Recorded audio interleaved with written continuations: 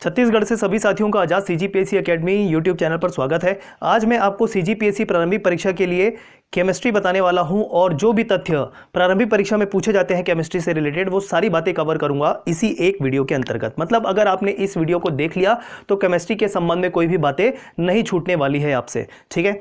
अब ये जो एनालिसिस है, जो भी तथ्य मैं दूंगा, ये आपके पिछले विगत वर्षों में आए हुए प्रश्नों को एनालिसिस करके ये सारे नोट्स बनाए गए हैं। तो ये नोट्स को आपको पीडीएफ के फॉर्म में भी साझा कर दिया जाएगा, लेकिन पहले आपको वीडियो देखना है और पीडीएफ कुछ दिन बाद आपको शेयर कर दी जाएगा। तो चलिए शुरू करते दोस्तों।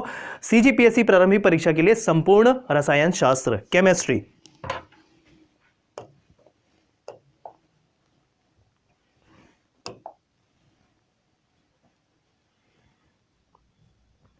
चलिए एकदम शुरू से शुरू करेंगे। यहां पर मैं ज्यादा कोई प्रिंसिपल सिद्धांत की बात नहीं करूंगा। जो भी फैक्ट की आवश्यकता होगी प्रारंभिक परीक्षा के प्रश्नों को बनाने के लिए, ये हम देखने वाले हैं। इस वीडियो को करते हुए आपके सारे प्रश्न बन जाएंगे केमिस्ट्री से, ठीक है, प्रारंभिक परीक्षा के लिए। तो चलिए देखते हैं। सबसे पहले केमिस्ट्री की शुरुआत करते हैं और लेवोजिए को रसायन विज्ञान का जनक कहा जाता है। ये फैक्ट आप ध्यान में रखिए, ठीक। सारे फैक्ट बताते चलूंगा, आपको बस नोट करते जाना है, याद करते जाना है। नोट नहीं करेंगे तो भी चलेगा क्योंकि पीडीएफ आपको कुछ दिनों बाद शेयर कर दिया जाएगा ऑलरेडी, ठीक है ना। तो चलिए समझते चलिए। देखिए, लेवोजिए को रसायन शास्त्र का जनक कहा जाता है, ये आप ध्यान रखेंगे, तो ये नाम महत्वपूर्ण है। आगे देखिए, Kapoor, naphthalene, ammonium chloride, anthracene आदि ठोस पदार्थों को गर्म करने पर वाष्प में परिवर्तित हो जाते हैं और इस प्रक्रिया को कहते हैं क्या? ऊर्ध्वपातन। क्या कहते हैं? ऊर्ध्वपातन। इंग्लिश में इसे कहते हैं सब्लिमेशन। सब्लिमेशन, ध्यान रखेंगे।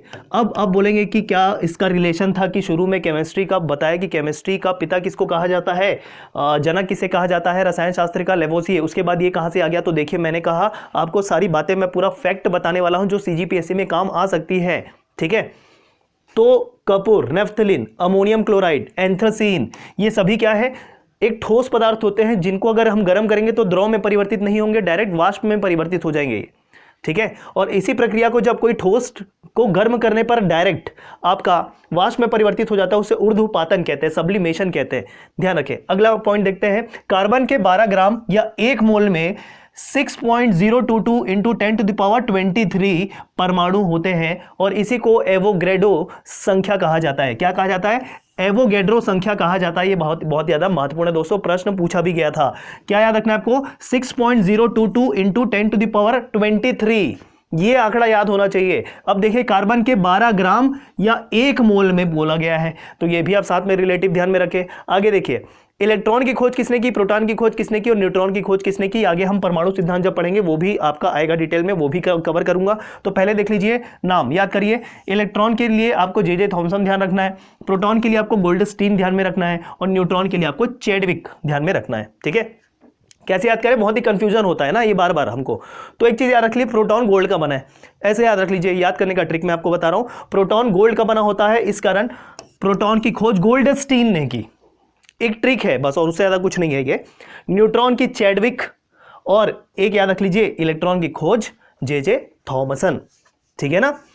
तो electron negative charge, proton positive charge और न्यूट्रॉन न्यूट्रल होता है, ठीक। तो न्यूट्रल कौन है? चैडविक है, ऐसा करके कर लीजिए। और नेगेटिव थॉट का है, नेगेटिव कौन है? जे थॉमसन है।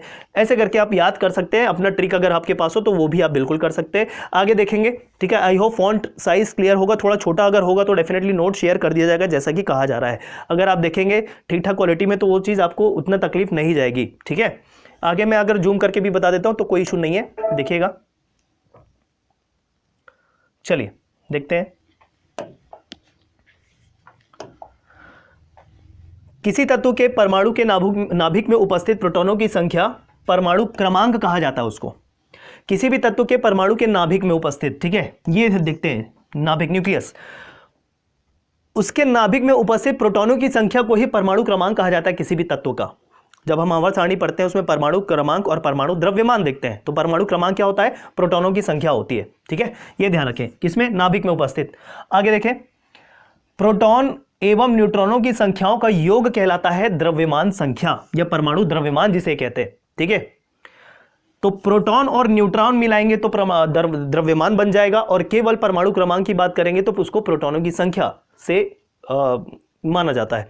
क्लियर, आगे बढ़ते हैं। ऑक्सीकरण एवं अवकरण बहुत ही महत्वपूर्ण है, प्रारंभिक परीक्षा को लेकर प्रश्न पूछ दिया जाता है कि एग्जाम्पल के साथ में, ठीक है।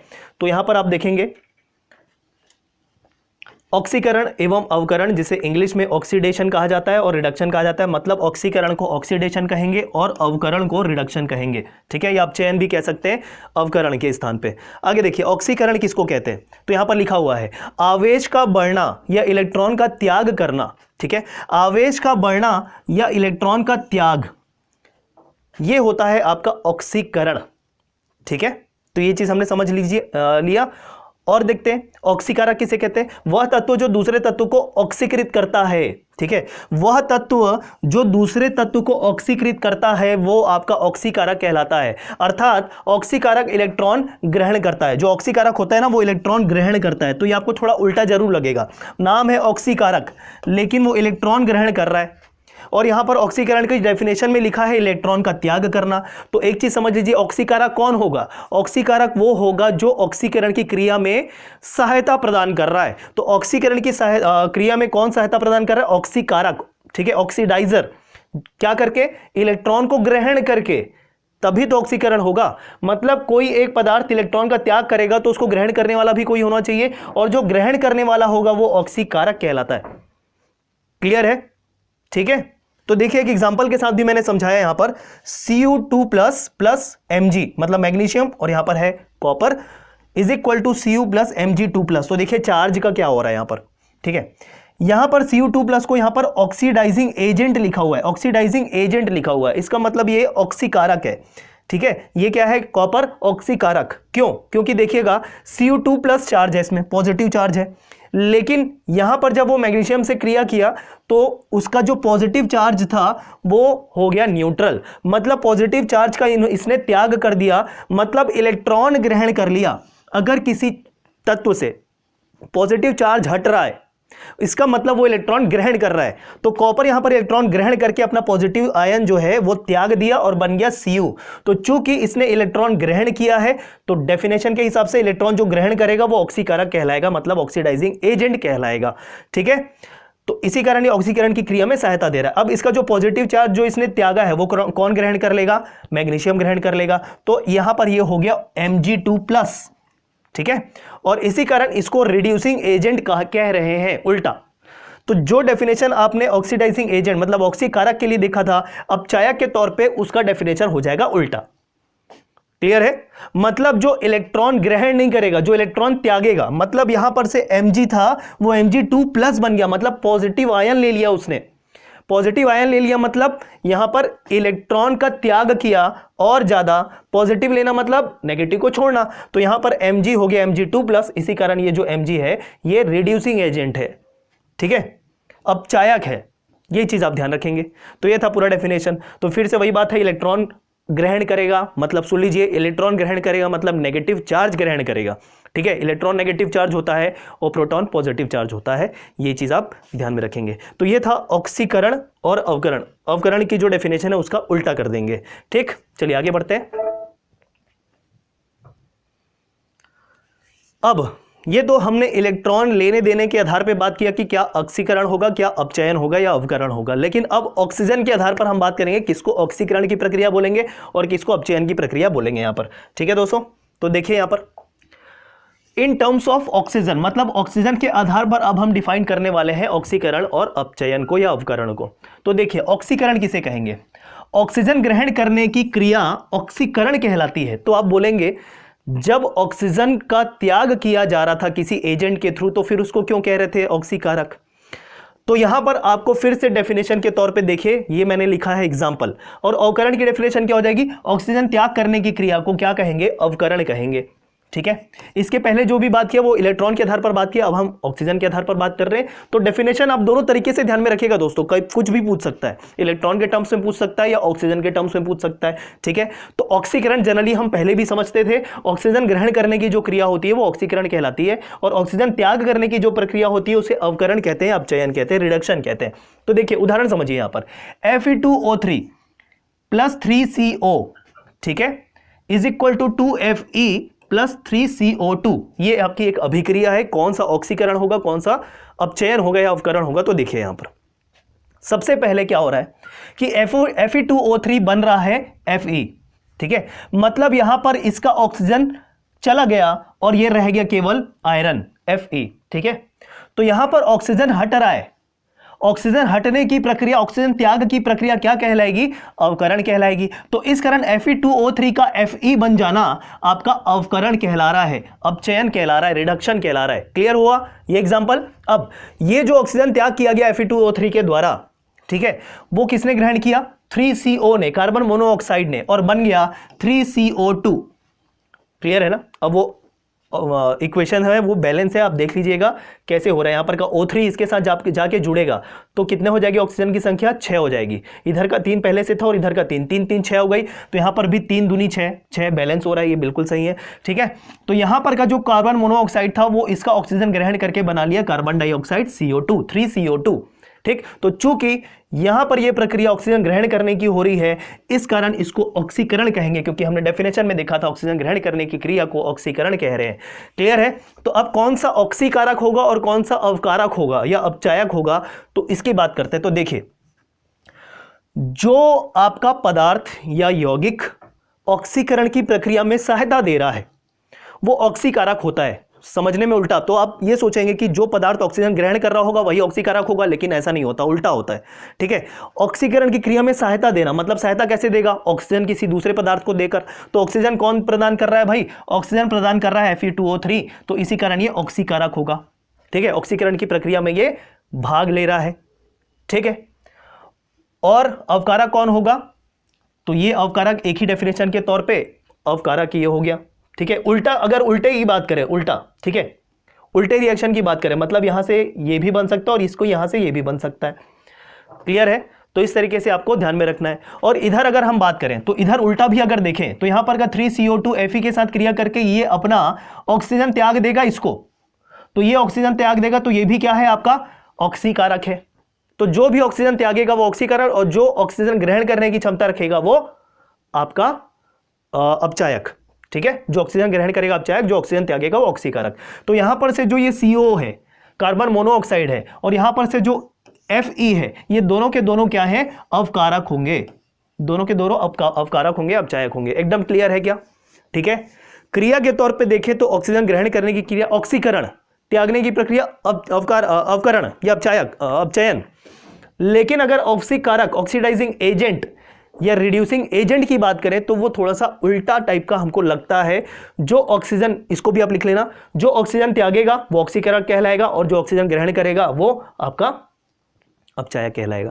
तो यहां पर ये Fe के पास गुंजाइश है ऑक्सीजन ग्रहण करने की, तो ये अवकारक हो गया। वैसे यहां पर ये ऑक्सीजन ग्रहण कर रहा है कार्बन मोनोऑक्साइड, तो ये आपका अवकारक हो गया, ये अपचायक हो गया। एकदम क्लियर क्या? तो आई होप आपको क्लियर हो जाना चाहिए ऑक्सीजन के टर्म्स में भी और इलेक्ट्रॉन के टर्म्स में भी। पूरे एग्जाम्पल के साथ मैंने आपको यहां पर बता दिया। चलिए आगे देखें। ऑक्सीकारक दूसरे तत्व को ऑक्सीजन प्रदान करता है और अवकारक दूसरे पदार्थ से ऑक्सीजन हटाता है। मतलब अवकारक जो है ना दूसरे पदार्थ से ऑक्सीजन हटाता है, मतलब ये भी कह सकते हैं कि ऑक्सीजन ग्रहण करता है। कौन? अवकारक ग्रहण करता है। दूसरे से हटाएगा मतलब खुद ग्रहण करेगा। तो एक साथ एक रिएक्शन में ऑक्सीकरण भी होती है और अपचयन की क्रिया भी होती है। क्लियर? तो ये डेफिनेशन जो मैंने बताया वही चीज है। आगे देखें, इन टर्म्स ऑफ हाइड्रोजन। अब ऑक्सीकरण अपचयन को हाइड्रोजन के टर्म्स में भी हम देखते हैं यहां पर, ठीक है, ऑक्सीजन के टर्म्स में भी देखते हैं। तो चलिए देखते हैं, चलिए बात करते हैं ऑक्सीजन के टर्म्स में क्या होता है, सॉरी हाइड्रोजन के टर्म्स में क्या होता है। पहले हमने इलेक्ट्रॉन के टर्म्स में, फिर ऑक्सीजन के टर्म्स में, हम हाइड्रोजन के टर्म्स में। तो देखिए,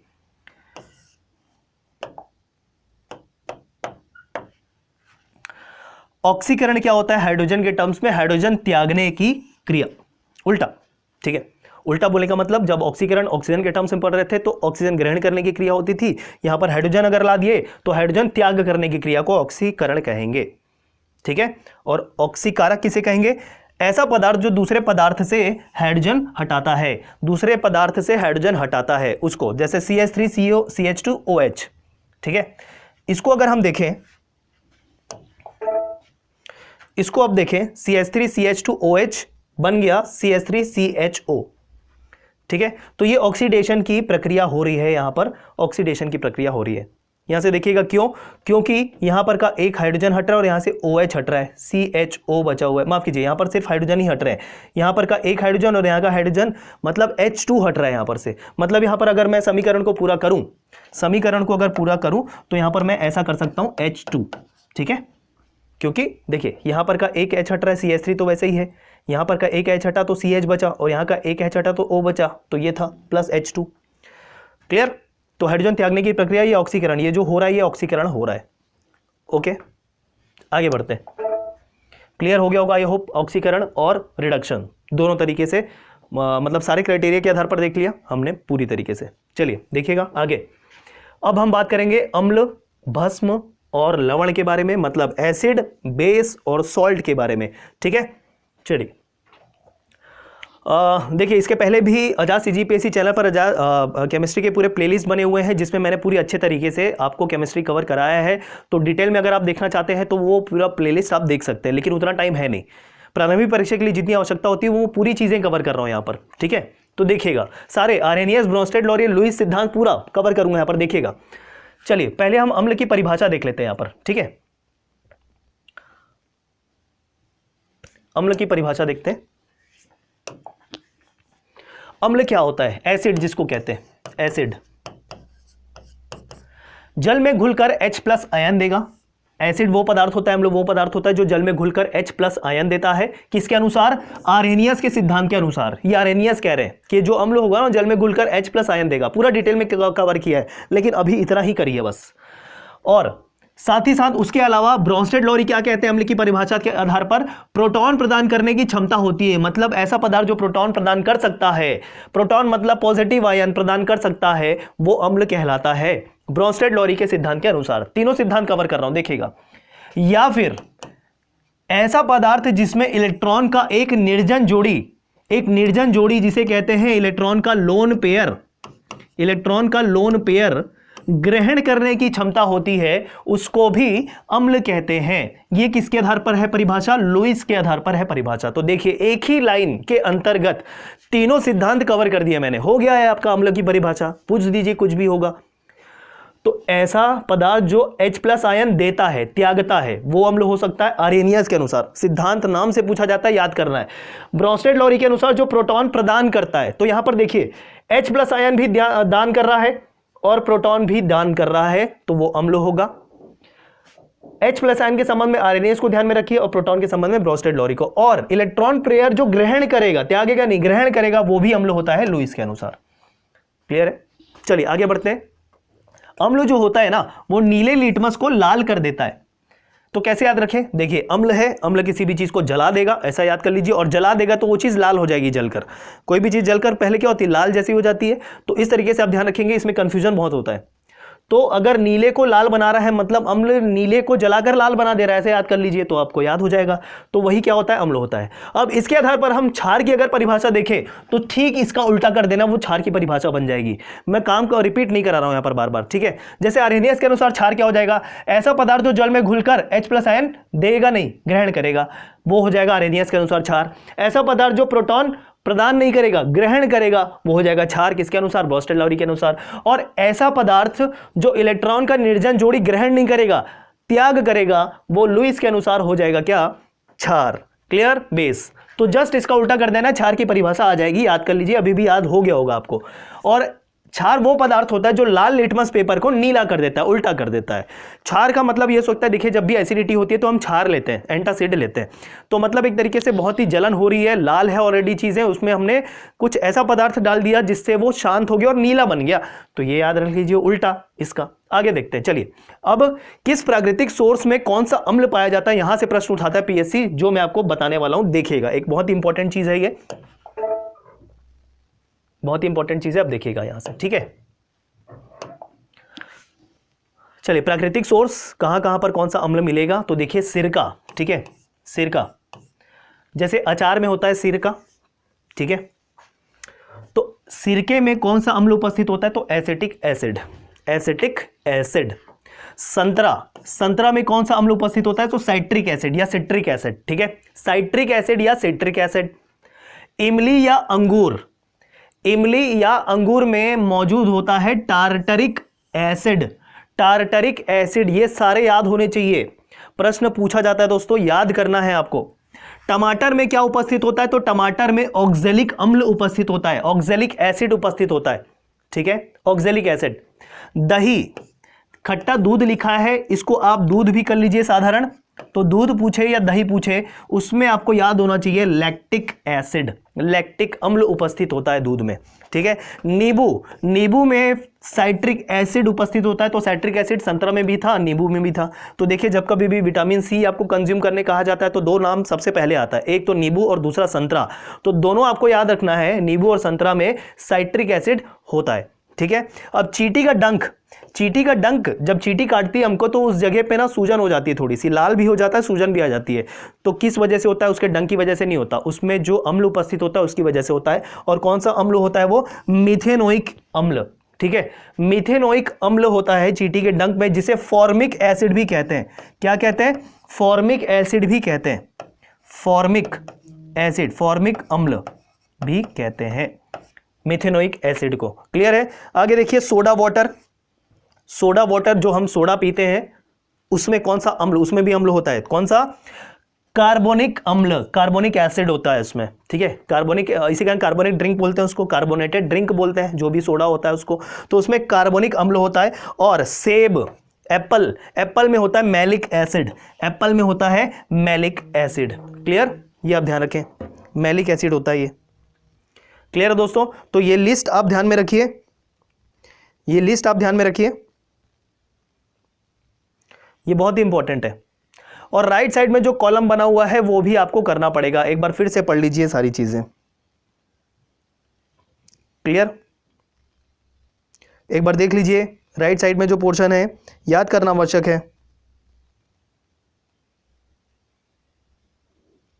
चलिए, खाना पचाने के लिए HCl अम्ल, देखिए जो हमारा बाइल होता है अंदर, जब हम खाना खाते हैं तो वहाँ पर अम्ल की आवश्यकता होती है, और डेफिनेटली शरीर भी अम्ल प्रोड्यूस करता है खाना पचाने के लिए, ये हमको पता है। तो वही लिखा हुआ है यहाँ पर, खाना पचाने के लिए HCl अम्ल का उपयोग होता है। क्लियर? ये ध्यान रखें। आगे देखिए, नाइट्रिक अम्ल का उपयोग सोना और चांदी के शुद्धिकरण में किया जाता है। वन लाइनर फैक्ट मैं बताते जाता हूँ, सिर्फ याद करते जाइए आप, ठीक है ना। नाइट्रिक अम्ल HNO3, नाइट्रिक अम्ल क्या होता है? HNO3। इस HNO3 का प्रयोग जो है सोना चांदी के शुद्धिकरण में किया जाता है। जैसे सोना चांदी को साफ करना है, उसमें मैल लग गया है, काला हो गया है चांदी, ठीक है, सोने में भी कुछ लेयर फॉर्म हो चुके हैं, तो नाइट्रिक एसिड से साफ किया जाता है, शुद्धिकरण किया जाता है, ये भी ध्यान रखें आप। आगे देखिए, लोहे को साफ करने के लिए H2SO4 मतलब सल्फ्यूरिक एसिड और नाइट्रिक एसिड का प्रयोग होता है, लोहे को भी साफ करने के लिए। तो HNO3 तो सोना और चांदी के शुद्धिकरण के लिए प्रयोग में लाई जा रहा था, साथ ही साथ HNO3 का प्रयोग लोहे को साफ करने के लिए भी किया जा रहा है, और साथ ही साथ लोहे को साफ करने के लिए एक और एसिड आप ध्यान में रखें, H2SO4 एसिड। आगे देखिए, कपड़े पर लगे जंग, देखिए क्या होता है कि जब कपड़ा धुलता है और वो लोहे के संपर्क में आकर धुल जाता है और सूखता है, तो फिर लोहा क्या करता है? कपड़े पे जंग छोड़ देता है, बहुत बार आपने देखा भी होगा, ठीक। तो कपड़े पे लगे जंग के धब्बों को हटाने के लिए किसका उपयोग करते हैं? ऑक्जेलिक एसिड का प्रयोग करते हैं। ये आप एक फैक्ट ध्यान में रख लीजिए। तो देखें, कभी भी कपड़े में आपको जंग लगा दिखाई दे तो इस तरीके से याद कर लीजिए कि भाई ऑक्जेलिक एसिड अगर आपके पास हो जाए तो उसको आप हटा सकते हैं, ठीक है। तो इस तरीके से प्रैक्टिकली आप याद करके रिलेट करके पढ़े तो आपको आसानी होगी। चलिए आगे बढ़ते हैं हम लोग। सारे फैक्ट मैं कवर करूंगा आपको, बस आपको यहां पर बने रहना है, ठीक है। चलिए देखिए,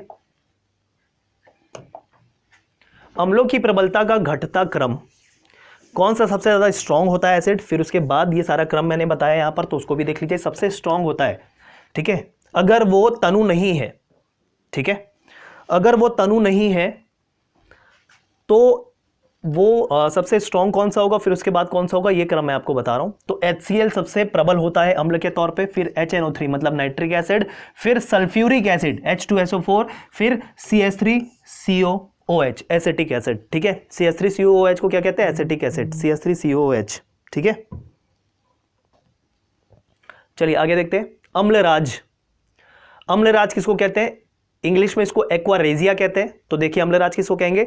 3 भाग सांद्र हाइड्रोक्लोरिक अम्ल और 1 भाग सांद्र नाइट्रिक अम्ल, इसको मिलाकर कहा जाता है अम्लराज, एक्वारेजिया, ठीक है। 3 भाग सांद्र HCl और 1 भाग सांद्र नाइट्रिक अम्ल। सांद्र मतलब कॉन्सेंट्रेटेड, कॉन्सेंट्रेटेड।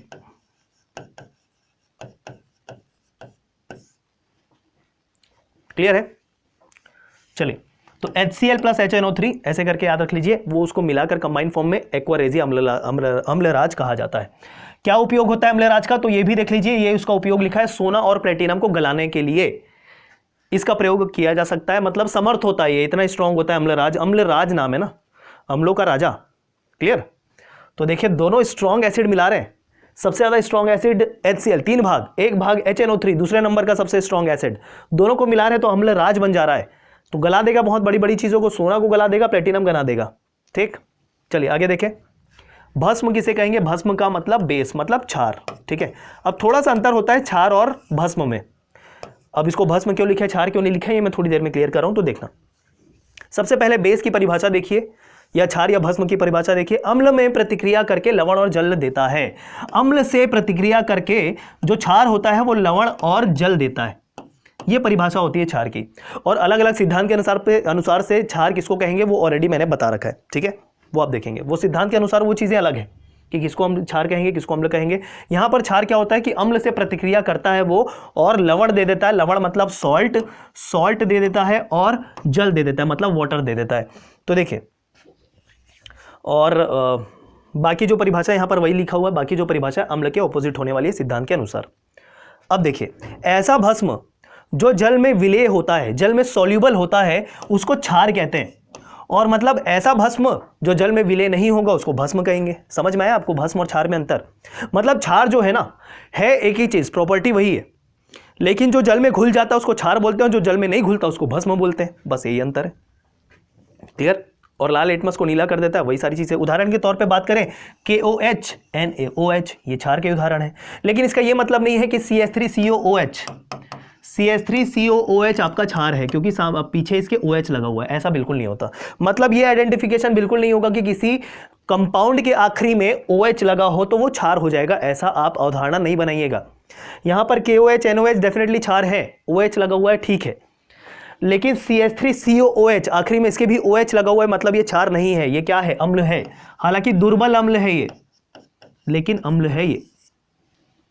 ठीक है, क्लियर? आगे देखें।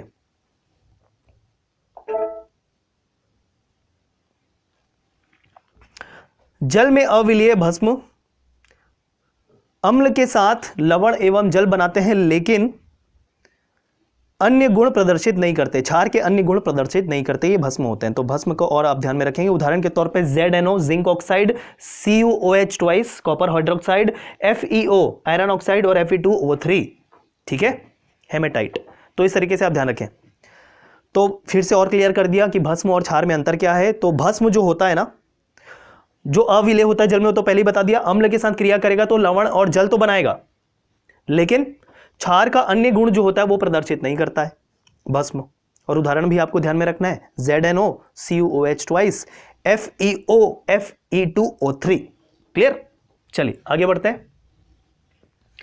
Calcium hydroxide CaOH twice. अब यहां पर कुछ कंपाउंड मैंने लिखे हुए हैं, कुछ क्षार के उदाहरण भी हैं, जिसका उपयोग कहां कहां पर होता है वो देखिए आप।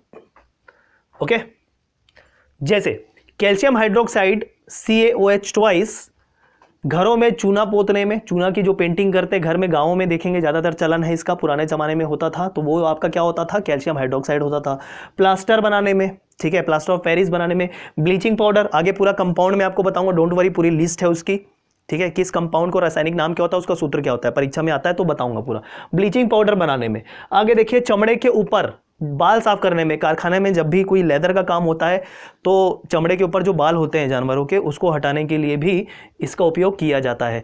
जल को मृदु बनाने में, अगर कोई हार्ड वाटर है, कठोर जल है, उसको मृदु बनाने के लिए, सॉफ्ट वाटर बनाने के लिए भी CaOH ट्वाइस का प्रयोग होता है। और अम्ल के जलन पर, अम्ल से अगर जल गया है तो उसमें मरहम पट्टी के लिए भी आप इसका प्रयोग कर सकते हैं, CaOH ट्वाइस। तो ये सारे देखिए, केमिस्ट्री पढ़ने का सबसे बड़ा मजा ये होता है कि उसका व्यवहारिक उपयोग होता है ना, केमिस्ट्री के सारे व्यवहारिक उपयोग हैं, अपने आप में बहुत ही मजा देता है अगर आप ये सारे फैक्ट केमिस्ट्री से रिलेटेड ध्यान में रखें।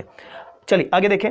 कास्टिक सोडा या sodium hydroxide NaOH, caustic soda साबुन बनाने के लिए, पेट्रोलियम को साफ करने के लिए, जैसे हमको क्रूड ऑयल मिलता है वो पूरी तरीके से प्योर नहीं रहता है, उपयोग के लिए, तो उसको साफ किया जाता है, तो वही लिखा है पेट्रोलियम को साफ करने के लिए NaOH का प्रयोग किया जाता है।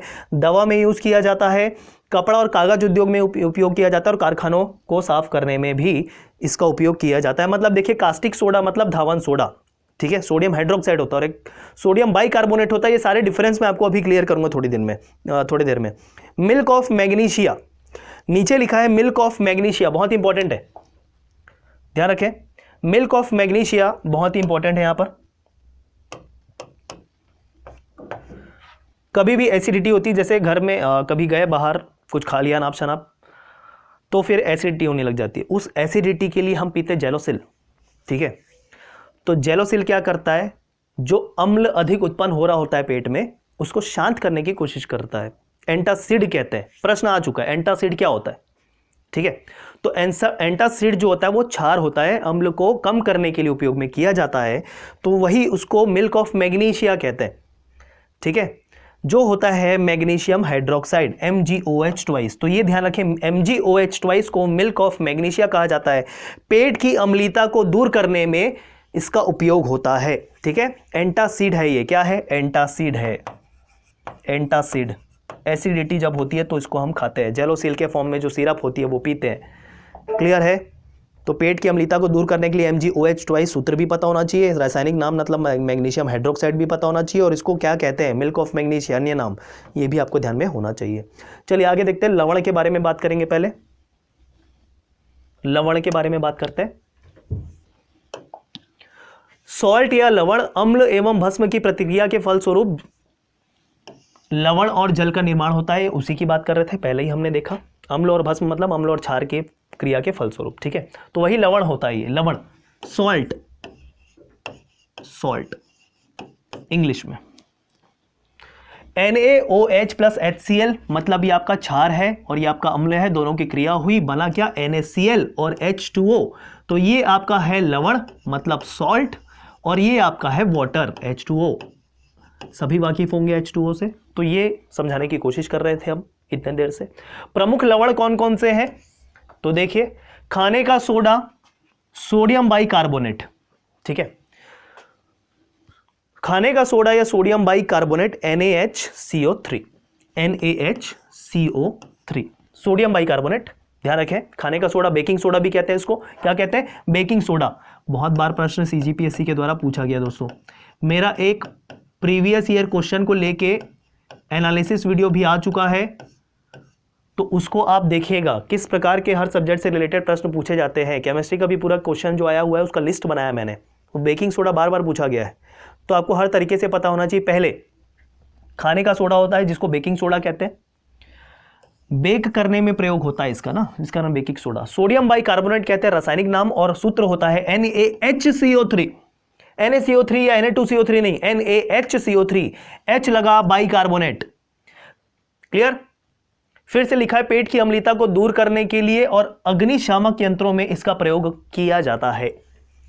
आगे देखें, सोडियम कार्बोनेट, ये तो हो गया सोडियम बाइकार्बोनेट। अब इसको देखते हैं सोडियम कार्बोनेट या धावन सोडा, माफ कीजिए, इसके पहले जो बताया था कास्टिक सोडा, वो धावन सोडा नहीं। धावन सोडा में एक चीज और ध्यान में रखनी होती है हमको, वो है ये है कि Na2CO3 × 10H2O, ये होता है कंप्लीट धावन सोडा। ये महत्वपूर्ण है, ये प्रश्न पूछा गया था दोस्तों CGPSC 2018 में, ठीक है, कि सोडियम कार्बोनेट जिसको धावन सोडा कहते हैं, वो धावन सोडा का रासायनिक सूत्र होता है Na2CO3। ये थोड़ा सा आप अपडेट कर लेंगे जो मैंने थोड़ी देर पहले बताया उससे, क्लियर। चलिए, धावन सोडा, धावन सोडा मतलब जिससे धोते हैं हम कपड़े वगैरह, Na2CO3 × 10H2O, क्लियर। आगे देखें, कास्टिक सोडा या सोडियम हाइड्रोक्साइड, NaOH कहते हैं इसको, क्लियर। अपमार्जक का चूर्ण बनाने में ये प्रयोग में लाया जाता है, क्लियर। अपमार्जक का चूर्ण बनाने में इसका प्रयोग होता है। अपमार्जक मतलब डिटर्जेंट, क्या होता है, अपमार्जक मतलब डिटर्जेंट, डिटर्जेंट, क्लियर है ना। तो इस तरीके से ध्यान में रखें। चलिए, अब इसमें से देखिए, प्रमुख लवण तो लिखा है, लेकिन प्रमुख लवण के तौर पे यहाँ पर NaOH भी लिखा है, मतलब वो क्षार है बेसिकली। तो इस तरीके से आप क्षार और लवण मिक्स रूप में पढ़ रहे हैं, मतलब यहाँ पर मैंने एक कंपाउंड लिखा है जिसका रासायनिक सूत्र और रासायनिक नाम क्या होता है। यहाँ पर आप कंफ्यूज मत होइए, कि ये सारे लवण हैं या क्षार हैं, ये कंफ्यूज नहीं होना है। सीधा आपको ध्यान में रखना है क्षार और अम्ल क्रिया करेंगे तो लवण बनेगा, वो अलग चीज़ है, ठीक है। उसके बाद उदाहरण के तौर पे देख जरूर रहे हैं, कुछ क्षार भी आपको नजर आ रहे हैं, मतलब ऐसे क्षार जिनका उपयोग और रासायनिक सूत्र पूछा जाता है वो मैं यहाँ पर कवर कर रहा हूँ, कंफ्यूज मत होइए यहाँ पर, ठीक है। आगे देखिए, potassium nitrate KNO3, potassium nitrate KNO3 बारूद बनाने में इसका प्रयोग होता है, ठीक है, बारूद बनाने में इसका उपयोग होता है, मतलब एक एक्सप्लोजिव एजेंट है KNO3, क्लियर। अब पीएच स्केल की डेफिनेशन देखिए, अब आ गया पीएच स्केल, अम्ल क्षार की बात करेंगे तो पीएच स्केल आता है, पीएच होता है पीएच बराबर minus log H plus ion, clear है। तो ये आप ध्यान रखें, पीएच बराबर माइनस लॉग H प्लस, तो ये चीज ध्यान रख लीजिए। पीएच स्केल का उपयोग क्यों होता है, कोई भी विलयन अम्ल है या क्षार है या उदासीन है ये पता करने के लिए, मतलब अगर पीएच मान 7 से कम है तो वो विलयन होगा अम्लीय, अम्ल होगा, ठीक है। और अगर पीएच मान 7 से अधिक है तो वह विलयन होगा क्षारीय, और अगर पीएच मान 7 है तो वो होगा क्या, उदासीन, क्लियर है ना।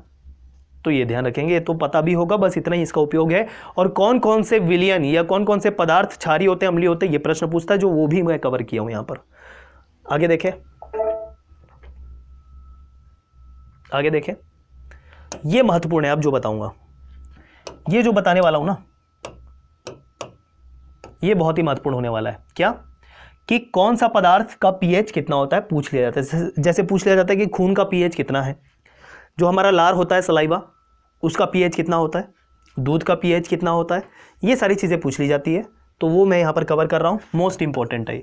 वैसे जितनी भी बातें हैं वो तो सारे इंपॉर्टेंट है, लेकिन ये आपको पीएच टॉपिक से रिलेटेड ध्यान में रखना है, ठीक है।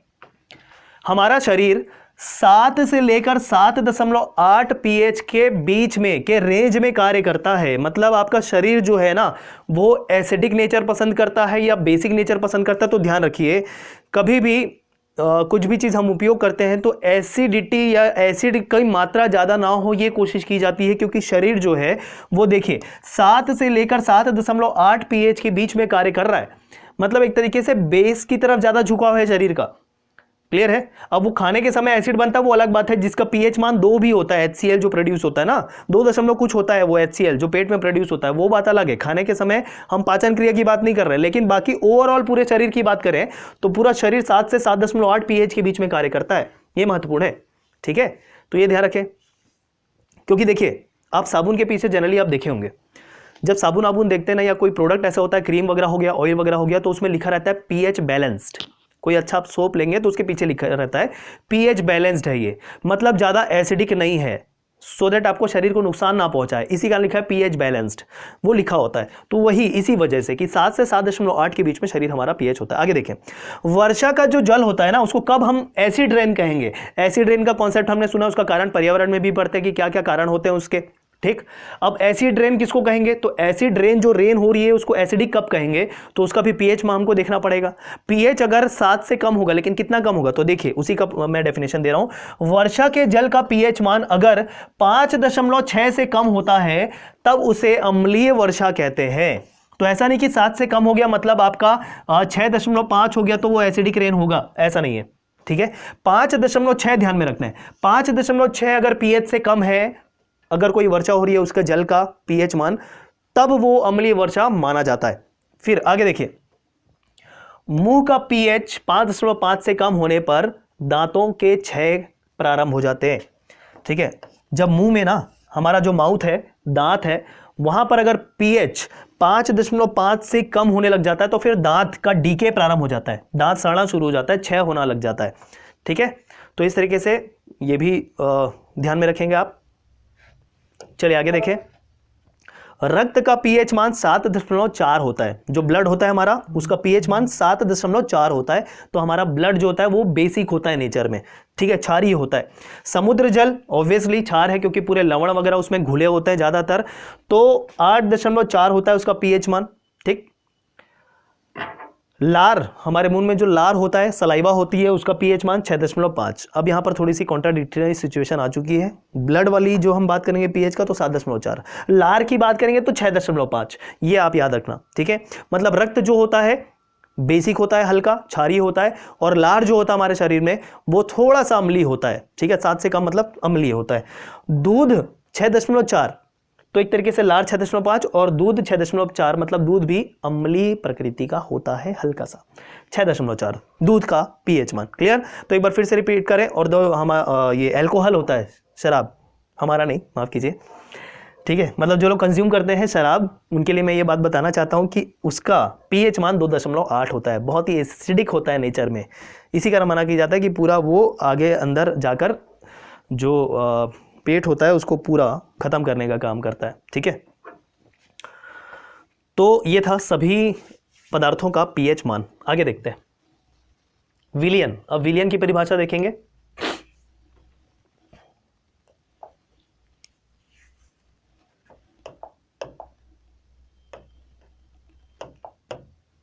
चलिए विलियन, यहां पर आप सारी चीजें हम देखेंगे विलियन के बारे में, कोलॉइड के बारे में, ठीक है, सस्पेंडेड पार्टिकल के बारे में, जेल क्या होता है ये हम देखेंगे, इमल्शन क्या होता है, ये सारी चीज़ें बहुत ही महत्वपूर्ण सारे फैक्ट वन लाइनर देखिएगा। जिस विलायक का डाई इलेक्ट्रिक कांस्टेंट, क्या लिखा है, डाई इलेक्ट्रिक कांस्टेंट जितना अधिक होगा वह उतना अच्छा विलायक माना जाता है। विलायक मतलब किसी भी पदार्थ को अपने में घोलने की क्षमता किसकी अधिक होगी, जिसका डाई इलेक्ट्रिक कांस्टेंट अधिक होगा। ये बहुत ही महत्वपूर्ण, ये सारे फैक्ट बहुत ही महत्वपूर्ण, ठीक। तो प्रश्न बन सकते हैं, अगर किसी विलियन का डाइलेक्ट्रिक कांस्टेंट बढ़ा दिया जाए तो उसकी विलेयता कितनी क्या होगी, ठीक है। तो ये चीज़, या फिर ऐसा पूछ सकता है अगर किसी की विलेयता, किसी विलायक की विलेयता अगर ज़्यादा करनी है तो डाइलेक्ट्रिक कांस्टेंट को बढ़ाना पड़ेगा, कम करना पड़ेगा, स्थिर रखना पड़ेगा, या इसमें से कोई नहीं। ऐसे प्रश्न भी बन सकते हैं, तो ध्यान रखिएगा। आगे देखिए, कुछ ठोस पदार्थों की विलेयता ताप बढ़ने से घटती है। कुछ ठोस पदार्थ होते हैं ना, उसकी विलेयता ताप बढ़ने से घटती है। उल्टा जरूर लग रहा है कि ताप बढ़ेगा तो विलेयता बढ़नी चाहिए, लेकिन ऐसा नहीं, ठीक है। ताप अगर बढ़ेगा तो विलेयता घटेगी कुछ ठोस पदार्थों की, और उसमें एग्जांपल भी मैंने लिखा है, जैसे सोडियम सल्फेट, कैल्शियम हाइड्रोक्साइड और कैल्शियम नाइट्रेट। क्लियर? आगे देखें, दाब बढ़ाने पर द्रव में गैस की विलेयता बढ़ती है। दाब मतलब प्रेशर अगर बढ़ेगा तो द्रव में गैस की विलेयता भी बढ़ती है। अब द्रव में गैस कैसे मिलेगा भाई, तो डेफिनेटली द्रव में गैस मिल सकता है, जैसे हम कार्बोनेटेड ड्रिंक देखते हैं, है ना, तो वो हो सकता है यहां पर। तो दाब बढ़ेगा तो द्रव में जो गैस घुलने की क्षमता होगी वो बढ़ेगी। क्लियर? आगे देखें, किसी पदार्थ के कण को दूसरे पदार्थ के कण में परिक्षेपण, जिसको कह रहे हैं डिप्रेशन, माफ कीजिए डिस्पर्शन, से निलंबन या कोलॉइड बनता है। निलंबन या कोलॉइड बनता है। ये आप एक इंपॉर्टेंट चीज याद रखें, दोनों अलग अलग चीज है, निलंबन और कोलॉइड। क्लियर है? कोई एक पदार्थ का कण होगा ना, छोटा कण, वो दूसरे पदार्थ के कण में मिल जाता है, जिसका डिस्पर्शन हो जाता है, परिक्षेपण हो जाता है, आपस में मिक्स हो जाता है। तो दो तरीके के आपके पदार्थ बनते हैं, एक निलंबन होता है और एक कोलॉइड होता है। अंतर देखिए क्या होता है, दोनों में अंतर देखिए। ये जो निलंबन होता है ये अस्थायी प्रकृति का होता है, जबकि कोलॉइड स्थायी प्रकृति का होता है। कणों के अलग होने की प्रवृत्ति होती है। जी देखिए, दो अलग अलग पदार्थों के कण आपस में मिल रहे हैं, आपस में मिक्स हो रहे हैं, तो जो निलंबन होता है ना, वो दोनों के कण जो होते हैं, दो अलग अलग पदार्थों के कण होते हैं, वो अलग अलग हो सकते हैं। उदाहरण के तौर पे नदी में गंदा पानी, जैसे नदी में हम देखें बहुत सारे मिट्टी घुले हुए होते हैं और कुछ बालू के कण भी होते हैं, तो उस विलायक को, माफ कीजिए, उस विलियन को हम क्या कहेंगे, निलंबन कहेंगे। कि किसी पानी में रेत के कण दिख रहे हैं तो उस जो विलायक है उसको हम कहेंगे क्या, निलंबन, ठीक है, विलियन सॉल्यूशन को। और आसानी से नदी के पानी को और उसमें जो बालू है उसको अलग किया जा सकता है। तो मतलब दो अलग अलग कण, यहाँ पर एक पानी के कण को ले लीजिए और एक रेत या बालू के कण को ले लीजिए, ये दो अलग अलग आपस में मिक्स हो चुके हैं, निलंबन अलग अलग हो सकता है, ये दो अलग जो कण होते हैं। जबकि कोलॉइड क्या होता है, दो अलग अलग पदार्थों के कण मिले हैं लेकिन उसमें वो अलग अलग नहीं हो सकते। क्लियर? कणों के अलग होने की प्रवृत्ति बहुत कम होती है या ना के बराबर होती है। उदाहरण दूध या रक्त। जैसे रक्त की बात करें, ब्लड की बात करें, तो उसमें क्या क्या होता है, व्हाइट ब्लड सेल होता है, रेड ब्लड सेल होता है, ठीक है, तो और भी उसमें कई सारे पदार्थ होते हैं, ठीक है।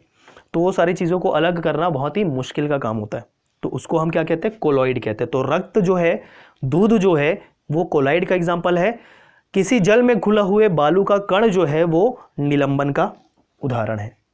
ठीक है, जैसे ब्लड का एग्जांपल दिया तो red blood cell, white blood cell, platelets भी होते हैं उसमें, प्लाज्मा भी होते हैं, तो ये उसकी बात कर रहे हैं, अलग अलग कणों की। ठीक, चलिए आगे देखें कोलॉइड के प्रकार। अब कोलॉइड का एनालिसिस करेंगे। कोलॉइड के क्या क्या प्रकार होते हैं, मतलब कोई एक पदार्थ का कण दूसरे पदार्थ के कण के, या एक से मतलब दो से अधिक भी पदार्थ हो सकते हैं जो आपस में मिले हुए हों। कौन कौन से उसके उदाहरण होते हैं, तो देखिए सोल, सोल एक होता है सोल, ठोस कण द्रव में परिक्षेपित हो, ठोस कण द्रव में परिक्षेपित हो उसको सोल कहा जाता है। जैसे रबड़ के दास्तानों का निर्माण किया जाता है इस प्रक्रिया के द्वारा। ठीक है, सोल, तो सोल क्या कहेंगे, ठोस के कण होंगे, वो किसी विलयन में मिलते हैं तो वो आपका द्रव में मिलते हैं, वो आपका सोल कहलाता है। क्या होता है इसका उपयोग, रबड़ के दस्तानों को बनाने के लिए। एक होता है जेल।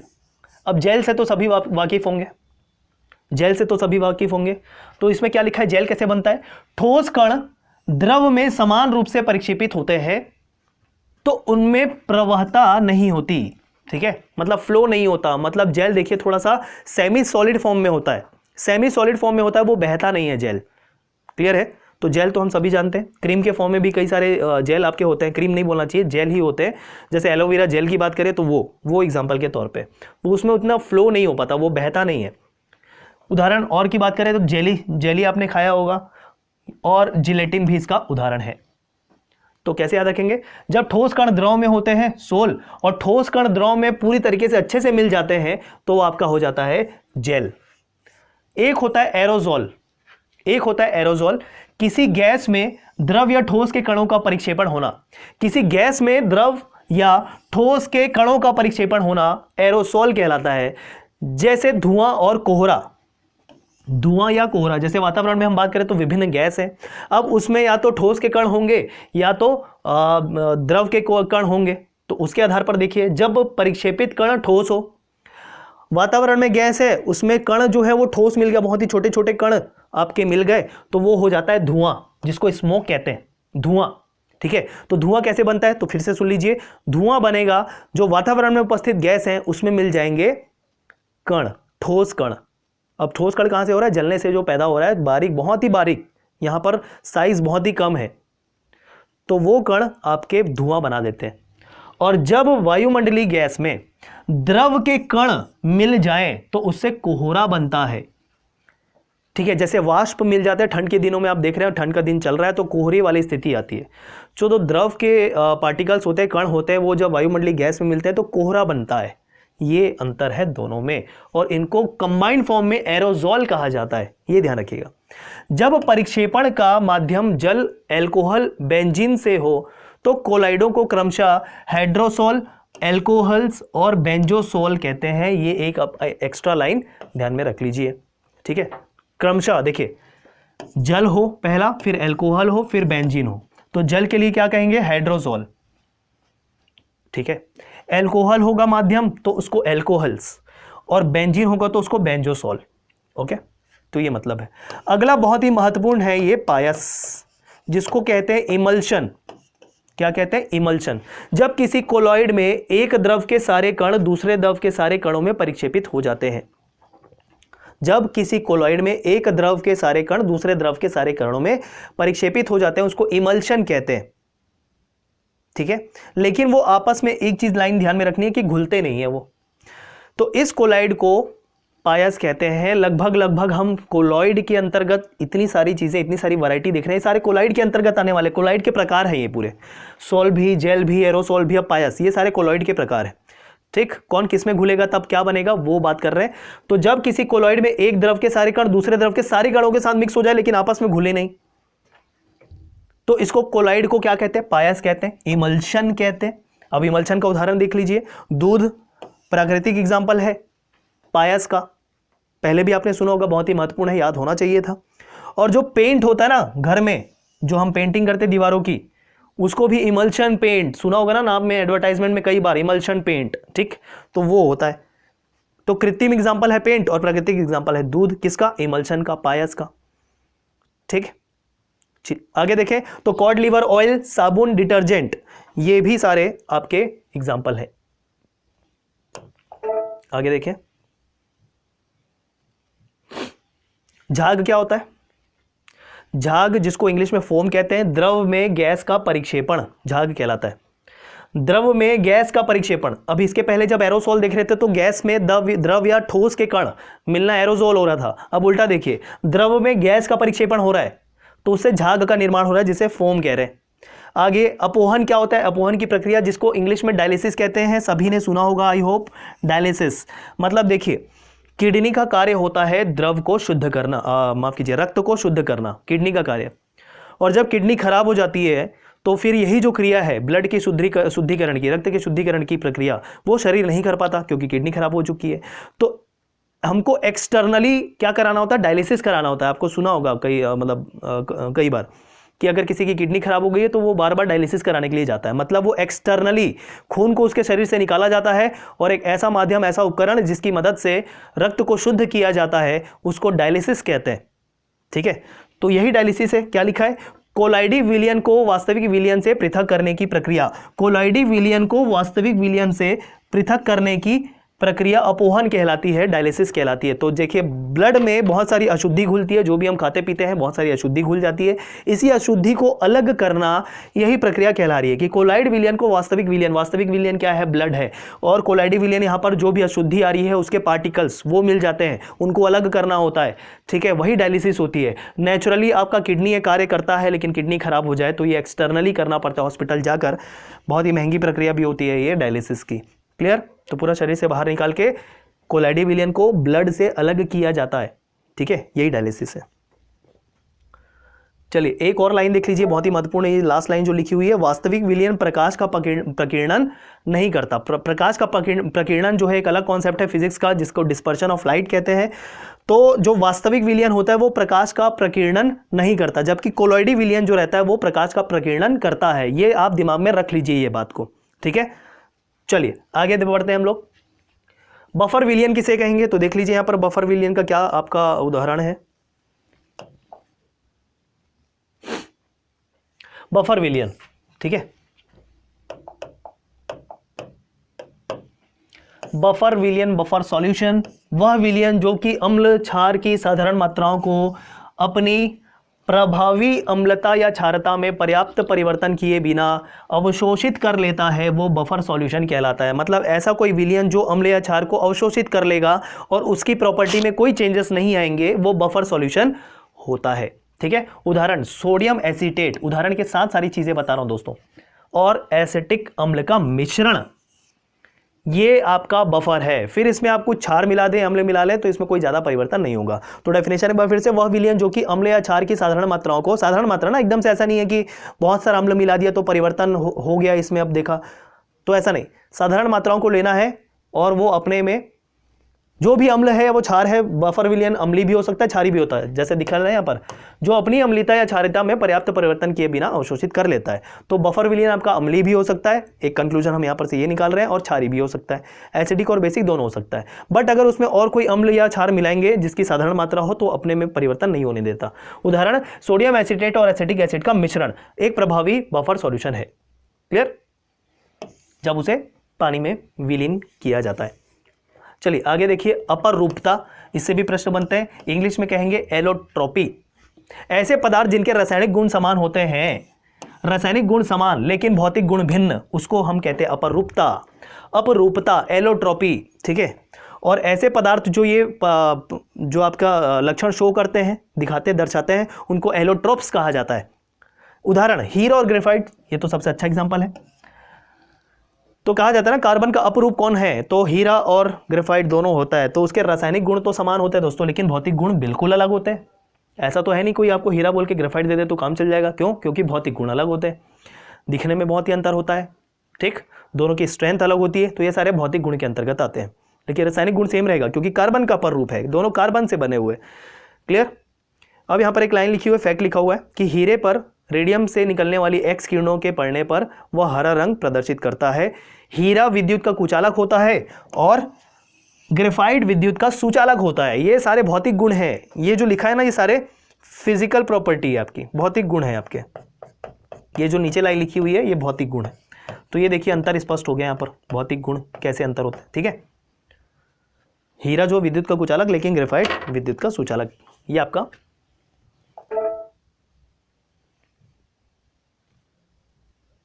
चलिए, अब ये मोस्ट इंपॉर्टेंट टेबल आपको जैसा याद करना है आप वैसा करिए, लेकिन इस टेबल को बिल्कुल करके जाइएगा। ऐसे मैं सभी टॉपिक के लिए कह रहा हूँ शायद, तो कंटेंट भी मैं वैसा ही लेके आया हूँ, तो इस कारण मैं वैसा कह रहा हूँ सभी टॉपिक के लिए, लेकिन ये आपका बहुत इंपॉर्टेंट है। सभी टॉपिक में सबसे ज़्यादा इंपॉर्टेंट ये, इससे प्रश्न बनते हैं आपके महत्वपूर्ण रासायनिक यौगिक से, इंपॉर्टेंट केमिकल कंपाउंड से। ठीक है, तो चलिए देखते जाते हैं बारी बारी से। पहले तो यौगिक का साधारण नाम देखेंगे, पूरा एक टेबल बना हुआ है। कुल यहाँ पर 13 मैं आपके कंपाउंड या यौगिकों की बात करूंगा, उनके रासायनिक सूत्र बताऊंगा और उनका रासायनिक नाम क्या होता है ये बताऊंगा। ठीक है, तीनों चीज़ें कवर करनी। जैसे देखिए धावन सोडा, वॉशिंग सोडा, तो धावन सोडा के तौर पे मैंने आपको बताया क्या, Na2CO3 इंटू 10H2O, पहले भी हम देख चुके हैं थोड़ी देर पहले, जिसको सोडियम कार्बोनेट कहा जाता है। और 10H2O के लिए यहाँ पर डेकाहाइड्रेट जोड़ा जाता है। ठीक है, डेका मतलब 10, तो 10 है इस कारण डेका, और H2 है मतलब हाइड्रेट, तो sodium carbonate decahydrate. Sodium carbonate भी जनरली हम बोलते हैं, डेकाहाइड्रेट नहीं जोड़ते हैं, लेकिन डेकाहाइड्रेट जोड़ दीजिए। अगर प्रश्न में दोनों ऑप्शन दे दिया कि सोडियम कार्बोनेट दे दिया और सोडियम कार्बोनेट डेकाहाइड्रेट दे दिया, तो ये आपका सही आंसर होगा। क्लियर। अगला देखिए बेकिंग सोडा, बेकिंग सोडा मतलब खाने का सोडा, और खाने का सोडा मतलब सोडियम बाइकार्बोनेट, तो NaHCO3 देख चुके हैं हम थोड़ी देर पहले। अगला मोस्ट इंपॉर्टेंट, हर एग्जाम का चहेता कौन, विरंजक चूर्ण। हर एग्जाम का चहेता है ये, जहां पर केमिस्ट्री होगी विरंजक चूर्ण होगा। ब्लीचिंग पाउडर कहते हैं, ब्लीचिंग पाउडर कहते हैं। और जहां पर ब्लीचिंग की बात आई तो क्लोरीन की बात आना बहुत जरूरी है। जहां पर ब्लीचिंग की बात आएगी वहां क्लोरीन का बात आना 100% तय है। तो देखिए क्लोरीन दिखाई दे रहा है किसके साथ, CaO के साथ, तो CaOCl2 आपका विरंजक चूर्ण होता है, ब्लीचिंग पाउडर होता है। ठीक है। कैल्शियम ऑक्सीक्लोराइड रासायनिक नाम, कैल्शियम ऑक्सीक्लोराइड रासायनिक नाम ब्लीचिंग पाउडर का। तो अभी तक तो हम ब्लीचिंग पाउडर या विरंजक चूर्ण के नाम से बड़े आसानी से जान रहे थे, लेकिन अगर रासायनिक नाम पूछ दिया तो ये भी याद होना चाहिए। अब रासायनिक नाम तभी पता होगा जब आपको रासायनिक सूत्र पता होगा। तो कैल्शियम ऑक्साइड क्लोराइड, ठीक, क्लियर। आगे देखें प्लास्टर ऑफ पेरिस, ये भी बहुत इंपॉर्टेंट है। CaSO4 into half H2O, half H2O क्योंकि 2H2O कुछ और हो जाता है, तो यहां पर आपको ध्यान रखना है CaSO4 इंटू हाफ H2O, ठीक। कैल्शियम सल्फेट हेमीहाइड्रेट, हेमी क्यों जोड़ा, हाफ है तो हेमी जोड़ा, H2O तो हाइड्रेट जोड़ा, CaSO4 मतलब कैल्शियम सल्फेट होता है, तो ये है आपका plaster of Paris. Okay. Gypsum, gypsum, तो देखिए ये जो पेयर है ना भाई, ये तो बेकिंग सोडा और सोडा तो है, ये तो करना ही है। ये जो तीन चीजें दिख रही है आपको, ये आपके जो तीन चीजें दिख रही है ना, ये इक्वली इंपॉर्टेंट है सारे। ब्लीचिंग पाउडर का महत्व थोड़ा अलग ज़्यादा है, प्लास्टर ऑफ पेरिस और जिप्सम भी, लेकिन थोड़े इंपॉर्टेंट तो है। अब एक चीज़ नोटिस करने वाली बात यह है कि CaSO4 इंटू 2H2O होगा तो वो जिप्सम होगा, और CaSO4 इंटू हाफ H2O हो तो प्लास्टर ऑफ पेरिस होगा। ये बस इतना अंतर आप ध्यान में रख लीजिए। अब चूंकि यहाँ पर 2H2O है, इसी कारण क्या लगा, कैल्शियम सल्फेट तो इसमें भी है, इसमें भी है, यहाँ पर 2 होने की वजह से लग गया डाई और हाइड्रेट, यहाँ पर हाफ था करके लग गया हेमी हाइड्रेट, बस इतना अंतर है। तो एक साथ याद कर लीजिए प्लास्टर ऑफ पेरिस और जिप्सम को। प्लास्टर ऑफ पेरिस में हाफ H2O, जिप्सम में 2H2O, CaSO4 के साथ। आगे देखिए सुहागा, बोरेक्स कहते हैं, बोरेक्स कहते हैं इंग्लिश में, सुहागा हिंदी में। Na2B4O7 into 10H2O, sodium tetraborate decahydrate, decahydrate तो समझ में आ गया होगा इसके कारण, सोडियम है, टेट्राबोरेट मतलब 4 बोरॉन, टेट्राबोरेट, ठीक, क्लियर। बोरेट मतलब ये जो ये ऑक्साइड के साथ में ना, इसको पूरा बोरेट बोल रहे हैं, और 4 बोरॉन उसकी वजह से टेट्रा, ठीक। तो सोडियम टेट्राबोरेट डेकाहाइड्रेट, ये इसका रासायनिक नाम है सुहागा, बोरेक्स का। आगे गैलेना, गैलेना को गैलेना ही कहते हैं। PbS, PbS, ठीक है। Pb मतलब होता है लेड और S मतलब होता है सल्फर, तो लेड सल्फाइड PbS गैलेना कहते हैं इसको। ये आई होप याद हो गया होगा। आगे बढ़े, 8वां चूना पत्थर लाइमस्टोन, अब इजी हो जाएंगे, यहां तक याद करना मेन टास्क था आपका, आगे सारा इजी होगा। चूना पत्थर लाइमस्टोन CaCO3। अब चूना के 3 फॉर्म बता रहा हूं यहां पर, देखिएगा, एक है चूना पत्थर, एक है चूना और एक है बूझा चूना, तीनों अलग अलग चीजें हैं। देखिएगा, चूना पत्थर लाइमस्टोन CaCO3 होता है, कैल्शियम कार्बोनेट कहते हैं इसको। चूना, अब देखिए कैल्शियम कार्बोनेट से चूना बनता है, चूना से कैल्शियम चूना पत्थर नहीं बनता है। चूना पत्थर मतलब अयस्क है ये, जो हमको खनिज के तौर पे मिलता है, ठीक है, जमीन से। तो चूना पत्थर CaCO3 होता है, इससे हम चूना का निर्माण करते हैं, और चूना का निर्माण करते हैं तो चूना होता है CaO, कैल्शियम ऑक्साइड। और बूझा चूना किसको बोलेंगे, जिसको स्लैग्ड लाइम कहते हैं, तो वो होता है calcium hydroxide, CaOH twice. Clear? आगे देखिए, मिल्क ऑफ मैग्नीशिया तो ऑलरेडी देख चुके हैं आप, MgOH ट्वाइस होता है, मैग्नीशियम हाइड्रोक्साइड कहते हैं इसका रासायनिक नाम। क्लियर? यूरिया, यूरिया महत्वपूर्ण है। चलिए यूरिया का देखिए, NH2CO NH2, NH2CO NH2, अब इसका रासायनिक नाम भी यूरिया ही है, ठीक है। फिटकिरी, फिटकिरी पोटोश एलम, फिटकिरी को क्या कहते हैं, पोटोश एलम, पोटोश एलम रासायनिक नाम इसका। सूत्र जानना जरूरी है इसके लिए, बहुत ही कंफ्यूजन होता है लोगों को। फिटकिरी का सूत्र जानना बहुत जरूरी है। पोटेशियम है, पोटोश एलम है, तो KL, एलम मतलब एल्यूमिनियम, ठीक है ना, तो KAL होने वाला है, मतलब पोटेशियम और एल्यूमिनियम होने वाला है, साथ ही साथ SO4 ट्वाइस इंटू 12H2O, ये कंबाइन पूरा सूत्र है आपका फिटकरी का। KAL SO4 ट्वाइस 10H2, माफ कीजिए 12H2O, ये आपका पोटोश एलम का सूत्र है, फिटकरी का सूत्र है। ये टेबल बहुत ही महत्वपूर्ण करके जाना है दोस्तों, इंपॉर्टेंट केमिकल कंपाउंड। आगे बढ़ते हैं, चलिए हाइड्रोकार्बन की बात कर लेते हैं।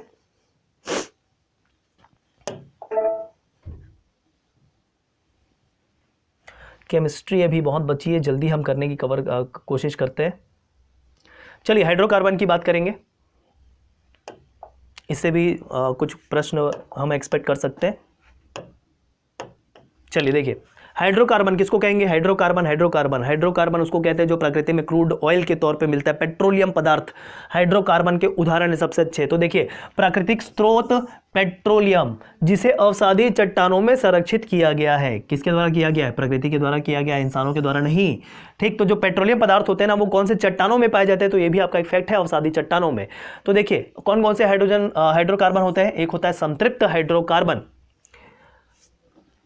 सैचुरेटेड हाइड्रोकार्बन, चारों संयोजकताएं, मतलब यहां पर फैक्ट आप याद रख लीजिएगा, वैलेंसी, ठीक है, उसके अंतिम कोश में वैलेंसी जो होती है, संयोजकता जिसे कहते हैं, चारों संयोजकताएं जो होती है एक सहसंयोजी आबंधों के द्वारा संतुष्ट होती है, ठीक है। सहसंयोजी आबंध मतलब कोवैलेंट बॉन्ड के द्वारा संतुष्ट होती है, और इनको एल्केन कहा जाता है। क्या कहा जाता है, एल्केन, ठीक है।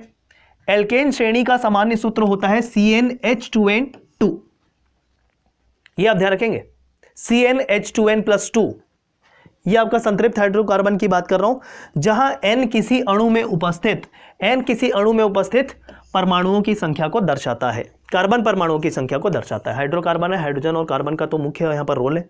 उदाहरण मीथेन, इथेन, प्रोपेन, ब्यूटेन, ये सारे आपके संतृप्त हाइड्रोकार्बन के उदाहरण है। CnH2n+2, ये याद रखिएगा, ये महत्वपूर्ण है। एल्केन कहते हैं वो महत्वपूर्ण है, ये चीज क्लियर। आगे देखिए, असंतृप्त हाइड्रोकार्बन किसे कहेंगे, अनसैचुरेटेड हाइड्रोकार्बन किसे कहेंगे, जिसमें कम से कम 2 निकटस्थ कार्बन परमाणु आपस में द्विबंध, डबल बॉन्ड या त्रिबंध, ट्रिपल बॉन्ड बनाकर अपनी संयोजकता संतुष्ट करते हैं। यहां पर संयोजकता कैसे संतुष्ट कर रहे हैं, 4 जो संयोजकता है वो कोवैलेंट बॉन्ड के थ्रू, संतृप्त, ठीक।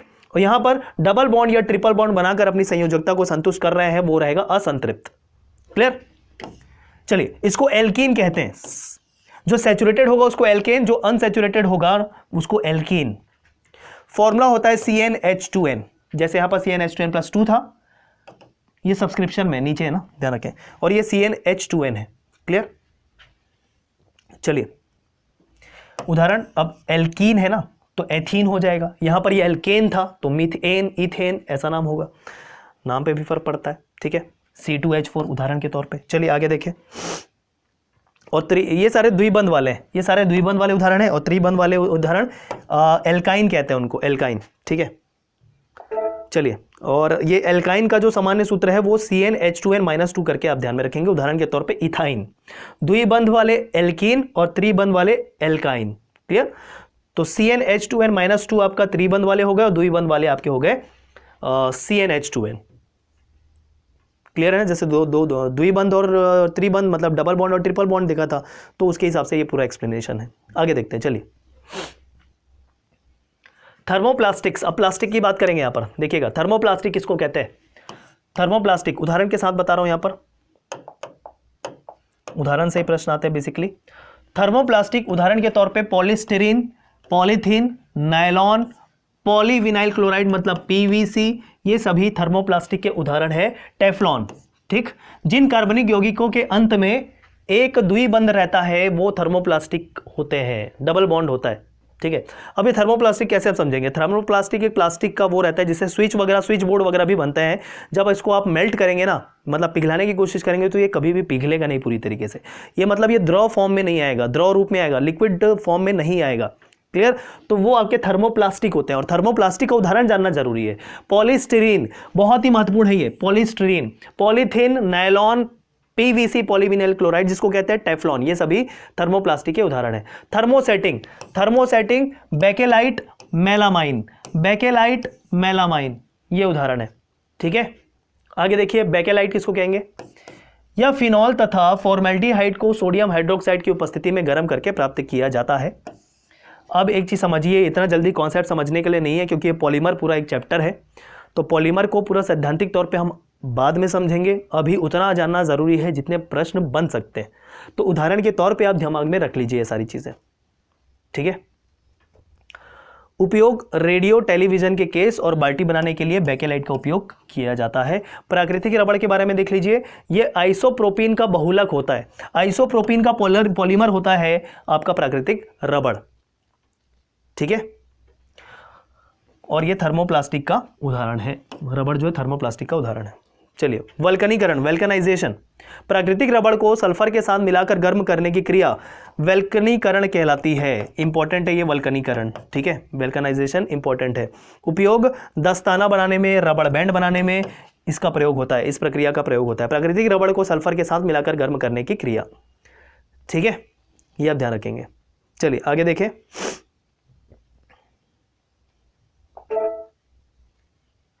प्राकृतिक रबड़ काफ़ी मुलायम होता है, इसे कठोर बनाने के लिए इसमें कार्बन मिलाया जाता है, जिसका उपयोग ट्यूब, टायर आदि बनाने में किया जाता है। जैसे देखिए, जो गाड़ी में टायर्स होते हैं हमारे, एकदम से डायरेक्ट प्राकृतिक रबड़ उसमें आप यूज़ नहीं कर सकते क्योंकि वो बहुत ही मुलायम होता है, वो तो टिकेगा नहीं बिल्कुल, तुरंत ही वो खत्म हो जाएगा। तो उसको कड़ा बनाने के लिए, हार्ड बनाने के लिए, ताकि वो लंबे समय तक टिक सके, उसके लिए उसमें कार्बन मिलाते हैं, जिसे ट्यूब टायर का निर्माण किया जाता है। क्लियर? तो पूछ सकता है प्रश्न कि टायर बनाने के लिए प्राकृतिक रबड़ में क्या मिलाया जाता है, तो कार्बन आपको ध्यान में रखना है। चलिए आगे बढ़े।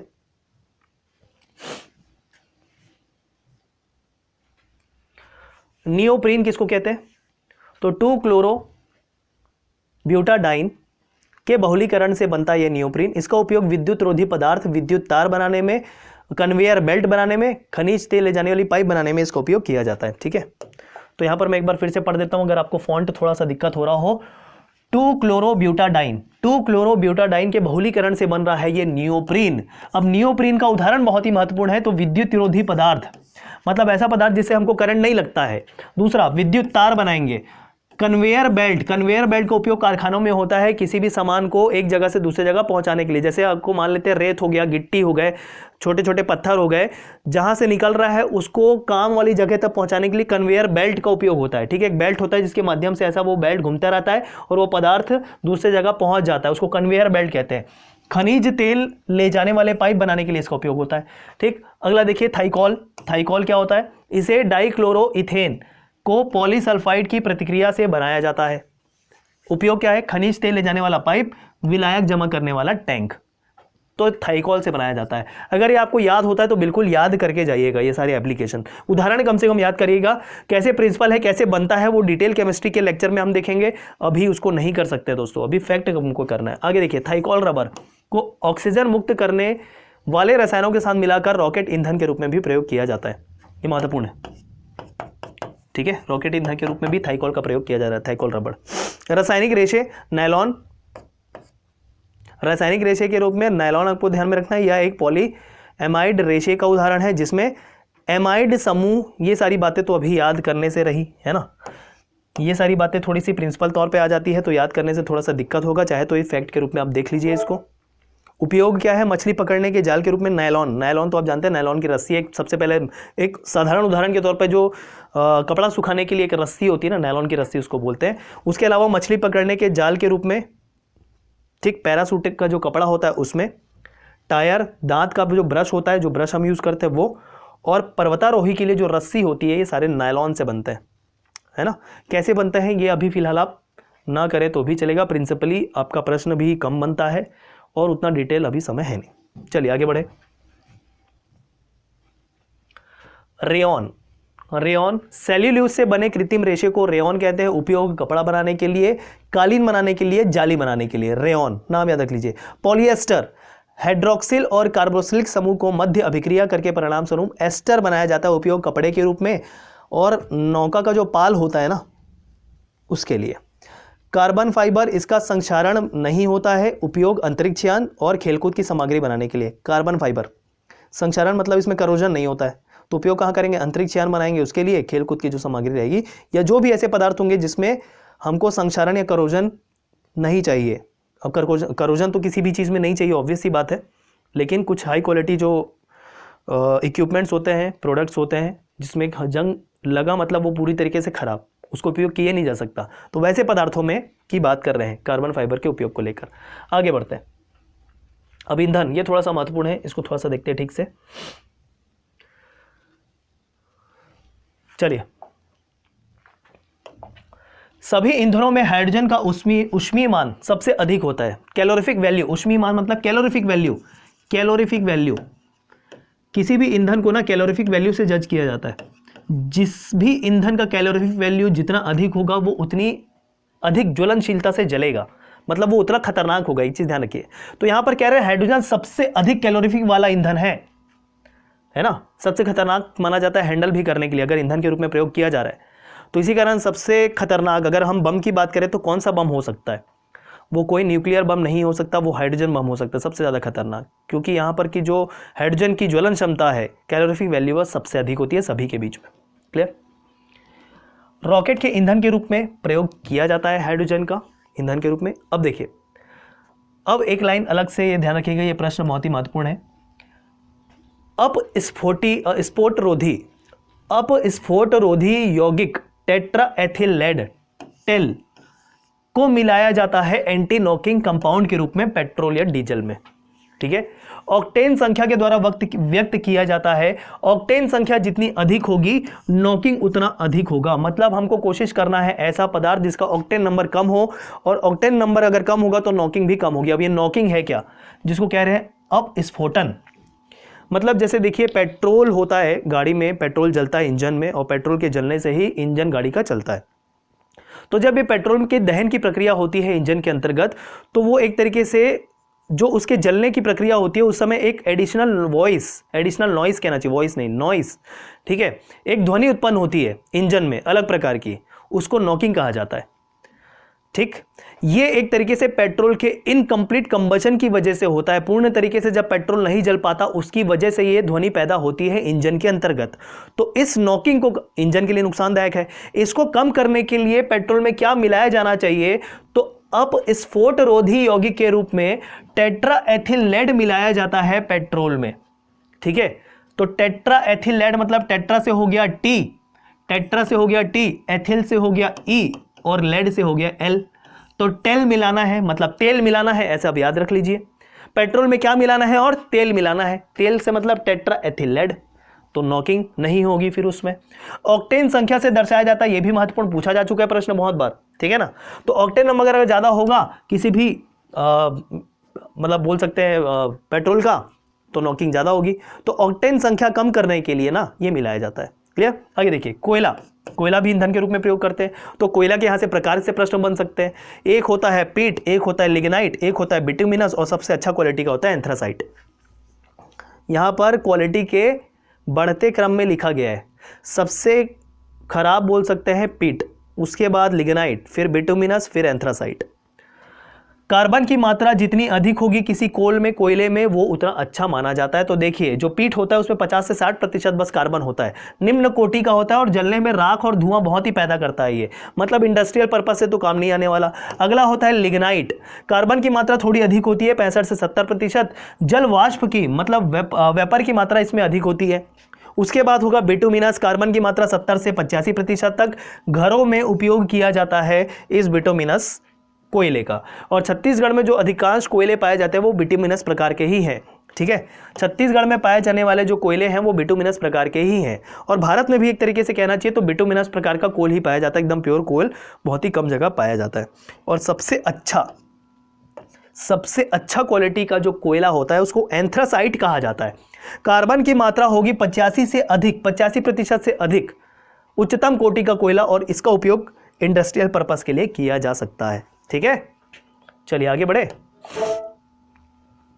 गैसीय ईंधन के तौर पे प्राकृतिक गैस आप याद रख लीजिए। प्राकृतिक गैस बहुत बार पूछ चुका है एग्जाम में ना, प्राकृतिक गैस बहुत ही बार एग्जाम में पूछ चुका है। चलिए देखिएगा,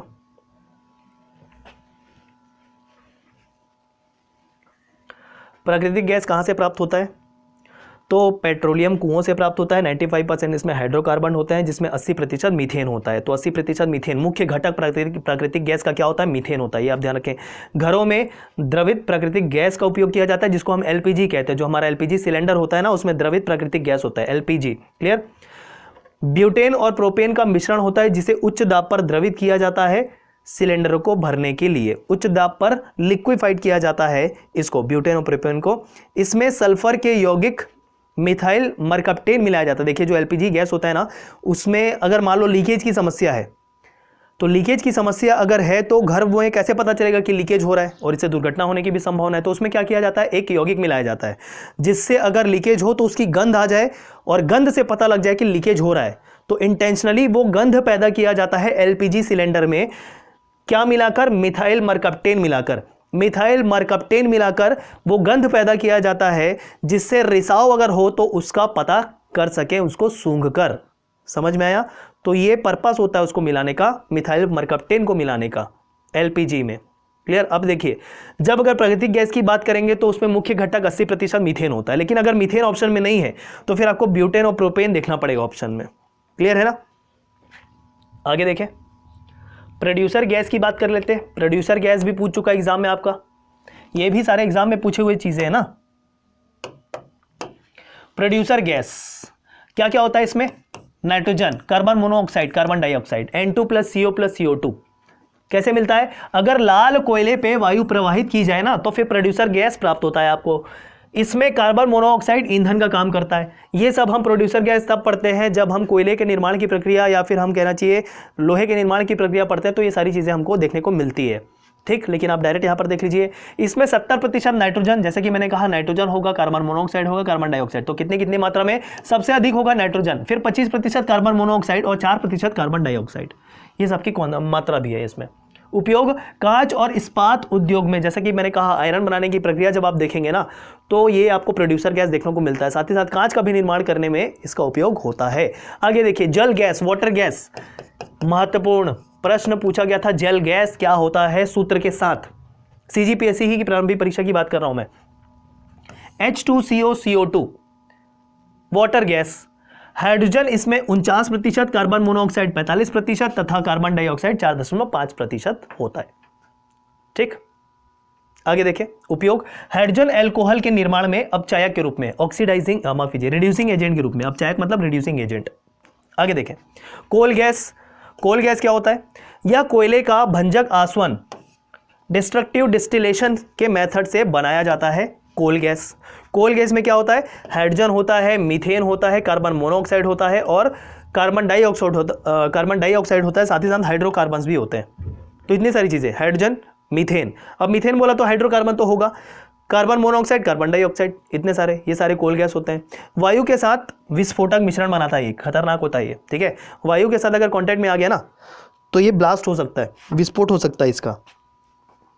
तो यहाँ पर लिखा हुआ है सारा, देखिए 54% hydrogen, 35% methane, 11% carbon monoxide, 5% hydrocarbon और 3% कार्बन डाइऑक्साइड। ये सारे प्रोपोर्शन आप ध्यान में रख लीजिएगा। याद करते चले साथ साथ। क्विक रिवीजन कर रहे हैं, याद करते चलिए, रिवीजन करते चलिए। आगे चलिए, धातु में पहुंच गए, धातुओं में हम पहुंच गए, धातुओं की बात करेंगे। तकरीबन वीडियो 1.5 घंटे के आसपास का हो रहा है, 2 घंटे तक का ये वीडियो जाएगा दोस्तों, लेकिन फिर भी एक ही वीडियो के अंदर पूरी केमिस्ट्री आपकी कवर हो जाएगी। चलिए देखिए, धातुएं, धातुएं क्या होता है? तो धातु मतलब अगर हम भौतिक गुण की बात करें तो धातु ऐसा पदार्थ होता है जिसमें चमक होती है, तन्यता होती है। ये सारी चीज़ें हम डेफिनेशन के तौर पे पढ़ते हैं, लेकिन केमिस्ट्री में आपको रासायनिक गुण देखने पड़ेंगे, ना कि भौतिक गुण। तो अब धातुओं के रासायनिक गुण के तौर पे हम इलेक्ट्रॉन की बात करेंगे डेफिनेशन के लिए। स्वतंत्र इलेक्ट्रॉन होते हैं, जो इलेक्ट्रॉन त्याग कर धनायन बनाते हैं, उनको हम मेटल कहेंगे। बहुत ही इंपॉर्टेंट डेफिनेशन है केमिस्ट्री के पॉइंट ऑफ व्यू से मेटल की। मतलब जो इलेक्ट्रॉन त्यागेगा और धनायन बना लेगा वो धातु होगा। तो ऑब्वियसली इलेक्ट्रॉन त्यागेगा मतलब धनायन बना लेगा वो, क्योंकि इलेक्ट्रॉन नेगेटिव चार्ज होता है। क्लियर? आगे देखिए, एस ब्लॉक। अब थोड़ा सा पीरियोडिक टेबल का मैं नॉलेज दे देना चाहता हूं। सबसे पहले आधुनिक आवर्त सारणी के तौर पे आपको मोसले का नाम ध्यान में रखना है। किसका नाम याद रखना है? आधुनिक आवर्त सारणी के रूप में आपको मोसले वैज्ञानिक है जिन्होंने आधुनिक आवर्त सारणी दी। आवर्त सारणी में क्रम एक निरंतर तौर पे हम देखें क्रमवार, उसमें बहुत ही मॉडिफिकेशन हुआ है। तो समय समय पर इसमें अनेकों वैज्ञानिकों के द्वारा सिद्धांत दिए गए। तो अंतिम रूप से जो आधुनिक आवर्त सारणी जो हम पढ़ते हैं वो किसके द्वारा दिया गया? मोसले के द्वारा। जस्ट उसके पहले हम पढ़ते हैं मेंडलीव की आवर्त सारणी, ठीक है। उसके बाद फिर त्रिक का नियम, उसके पहले त्रिक का नियम और बहुत सारे अष्टक नियम, ये सब पढ़ते हैं। तो वो पूरा आवर्त सारणी का अलग से टॉपिक है। CGPSC प्रारंभिक परीक्षा में फोकस नहीं करता है आवर्त सारणी को, ठीक है। तो सिंपल बेसिक नॉलेज हम ले लेते हैं आवर्त सारणी का। धातुओं की डेफिनेशन हो गई क्लियर। एस ब्लॉक, वर्ग फर्स्ट ए, वर्ग सेकंड ए, उसमें पूरा वर्ग रहता है ना, ठीक है। तो वर्ग फर्स्ट ए, वर्ग सेकंड ए। वर्ग फर्स्ट ए मतलब ये देखिए कॉलम ऐसा होता है, ये यहां पर होता है फर्स्ट ए समूह, यहां पर होता है सेकंड ए, ठीक है। तो वर्ग फर्स्ट ए, वर्ग सेकंड ए क्या क्या कहा जाता है? फर्स्ट ए वर्ग के धातुओं को कहते हैं क्षार धातुएं, ठीक है। अंतिम कक्ष में इसके 1 इलेक्ट्रॉन होते हैं। अंतिम कक्ष में कितने इलेक्ट्रॉन है उसके हिसाब से ग्रुप में बांटा गया पूरी आवर्त सारणी को, वो पूरा डिटेल आपका है, लेकिन फिर भी इतनी बातें आप बेसिक नॉलेज ध्यान में रख लीजिए। तो एस ब्लॉक के अंतर्गत आने वाले हम तत्व पढ़ रहे हैं। वर्ग सेकंड ए में क्षारीय मृदा धातु कहते हैं। वर्ग सेकंड ए को क्षारीय मृदा धातु कहते हैं। इसके अंतिम कक्ष में 2 इलेक्ट्रॉन होते हैं, ठीक है। इसका सेकंड ए वर्ग में रखा गया है इसको। हाइड्रोजन अधातु है, यहां पर देखिए फर्स्ट ए और सेकंड ए दोनों में धातु को अरेंज किया गया ना आवर्त सारणी में, लेकिन यहां पर हाइड्रोजन अधातु है, लेकिन फिर भी उसको फर्स्ट ए वर्ग में रखा गया है। क्लियर? पी ब्लॉक के धातु के बारे में बात कर लेते हैं। थर्ड ए से 7th ए और शून्य समूह को मिलाकर, मतलब समूह 13 से 18 तक, या तो आप ये नंबरिंग याद रख लीजिए या तो ये, मतलब साथ में दोनों रख लीजिए। 13 से 18 तक होता है और काउंटिंग अगर करें ए से लेकर, थर्ड ए से लेकर 7th ए, और एक शून्य समूह आता है पूरा, ठीक है। तो वो सभी पी ब्लॉक धातुएं कहलाती है। वर्ग 13, 14, 15 में कुछ तत्व धातुएं हैं जिसके अंतिम कक्ष में 3, 4, 5 क्रमशः इलेक्ट्रॉन होते हैं। क्योंकि देखिए अगर थर्ड ए समूह है तो उसके अंतिम कक्ष में 3 होगा, फोर्थ ए समूह है तो उसके अंतिम कक्ष में 4 इलेक्ट्रॉन होगा, और फिफ्थ ए समूह में अंतिम कक्ष में आपका 5 इलेक्ट्रॉन होगा। तो थर्ड ए देखिए नंबरिंग कैसी हो रही है। थर्ड ए है उसको 13 नाम दे दिया गया, फोर्थ ए है उसको 14 नाम दे दिया गया। तो ऐसा 13, 14, 15 ऐसा करके पूरा 18 तक गया हुआ है शून्य समूह को मिलाकर। डी ब्लॉक, फर्स्ट बी से 7 बी पूरा, ठीक है, और 8th ग्रुप मिलाकर ये पूरा डी ब्लॉक बनता है। वर्ग 3 से 12, क्योंकि 13 से पी ब्लॉक शुरू हो रहा है तो बीच में एस ब्लॉक और पी ब्लॉक के मध्य में डी ब्लॉक होता है आपका। संक्रमण धातुएं कहा जाता है, ट्रांजिशन एलिमेंट कहा जाता है इनको, ट्रांजिशन मेटल्स कहा जाता है। और एफ ब्लॉक में एक रो होता है। देखिए एफ ब्लॉक इस तरीके से होता है, नीचे सबसे आवर्त सारणी के मेन आवर्त सारणी के नीचे देखें तो इस तरीके से एफ ब्लॉक बना होता है, ठीक है। ये जो फर्स्ट वाला है ना इसको कहा जाता है लेंथेनाइड, और ये नीचे वाला जो होता है उसको बोला जाता है एक्टेनाइड। इतना आप ध्यान में रख लीजिए। फर्स्ट वाला जो रो रहता है उसको लेंथेनाइड, 14 आपके उसमें एलिमेंट है, और एक्टेनाइड नीचे वाला रो जिसमें 14 एलिमेंट, मतलब 28 एलिमेंट है एफ ब्लॉक में। बेसिक नॉलेज बस इतना ध्यान में रख लीजिए। आगे देखिए संयोजी इलेक्ट्रॉन किसे कहते हैं? धातु परमाणु के बाह्यतम कोश, ठीक है। संयोजी इलेक्ट्रॉन की संख्या जितनी कम होगी क्रियाशील उतनी अधिकता होगी। क्रियाशीलता, तत्वों की क्रियाशीलता एक महत्वपूर्ण टॉपिक है। तो यहां पर एक लाइन लिखा हुआ है कि संयोजी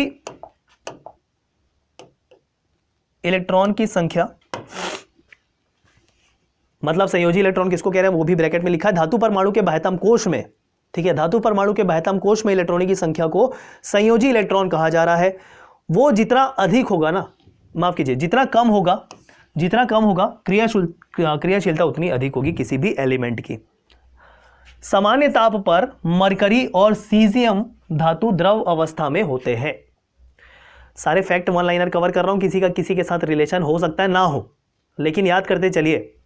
मरकरी मतलब पारा, रूम टेम्परेचर पर अगर देखें तो द्रव फॉर्म में होता है। वैसे एक और आप ध्यान रख लीजिए, सीजियम तो ये भी सामान्य अवस्था में द्रव फॉर्म में होता है और ये दोनों को दोनों मेटल है, धातु है। एक होता है तत्व और दूसरा होता है धातु। आवर्त सारणी में तत्व होते हैं, मतलब सारे तत्व होते हैं, मतलब सभी धातुएं तत्व तो होते हैं, लेकिन सभी तत्व धातु नहीं हो सकती, ये ध्यान रखिएगा, ठीक है।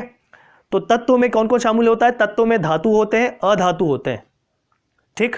तो ये चीज ध्यान रखिएगा। अभी हम केवल धातुओं की बात कर रहे हैं, जिसमें प्रॉपर्टी पहचाने कैसे, चमक होती है मुख्य रूप से, ये वो धातु है, मेटल्स जिसे कहते हैं। तो मेटल के तौर पे मरकरी भी है, सीजियम भी है, दोनों सामान्य ताप पर द्रव अवस्था में होते हैं, ठीक है।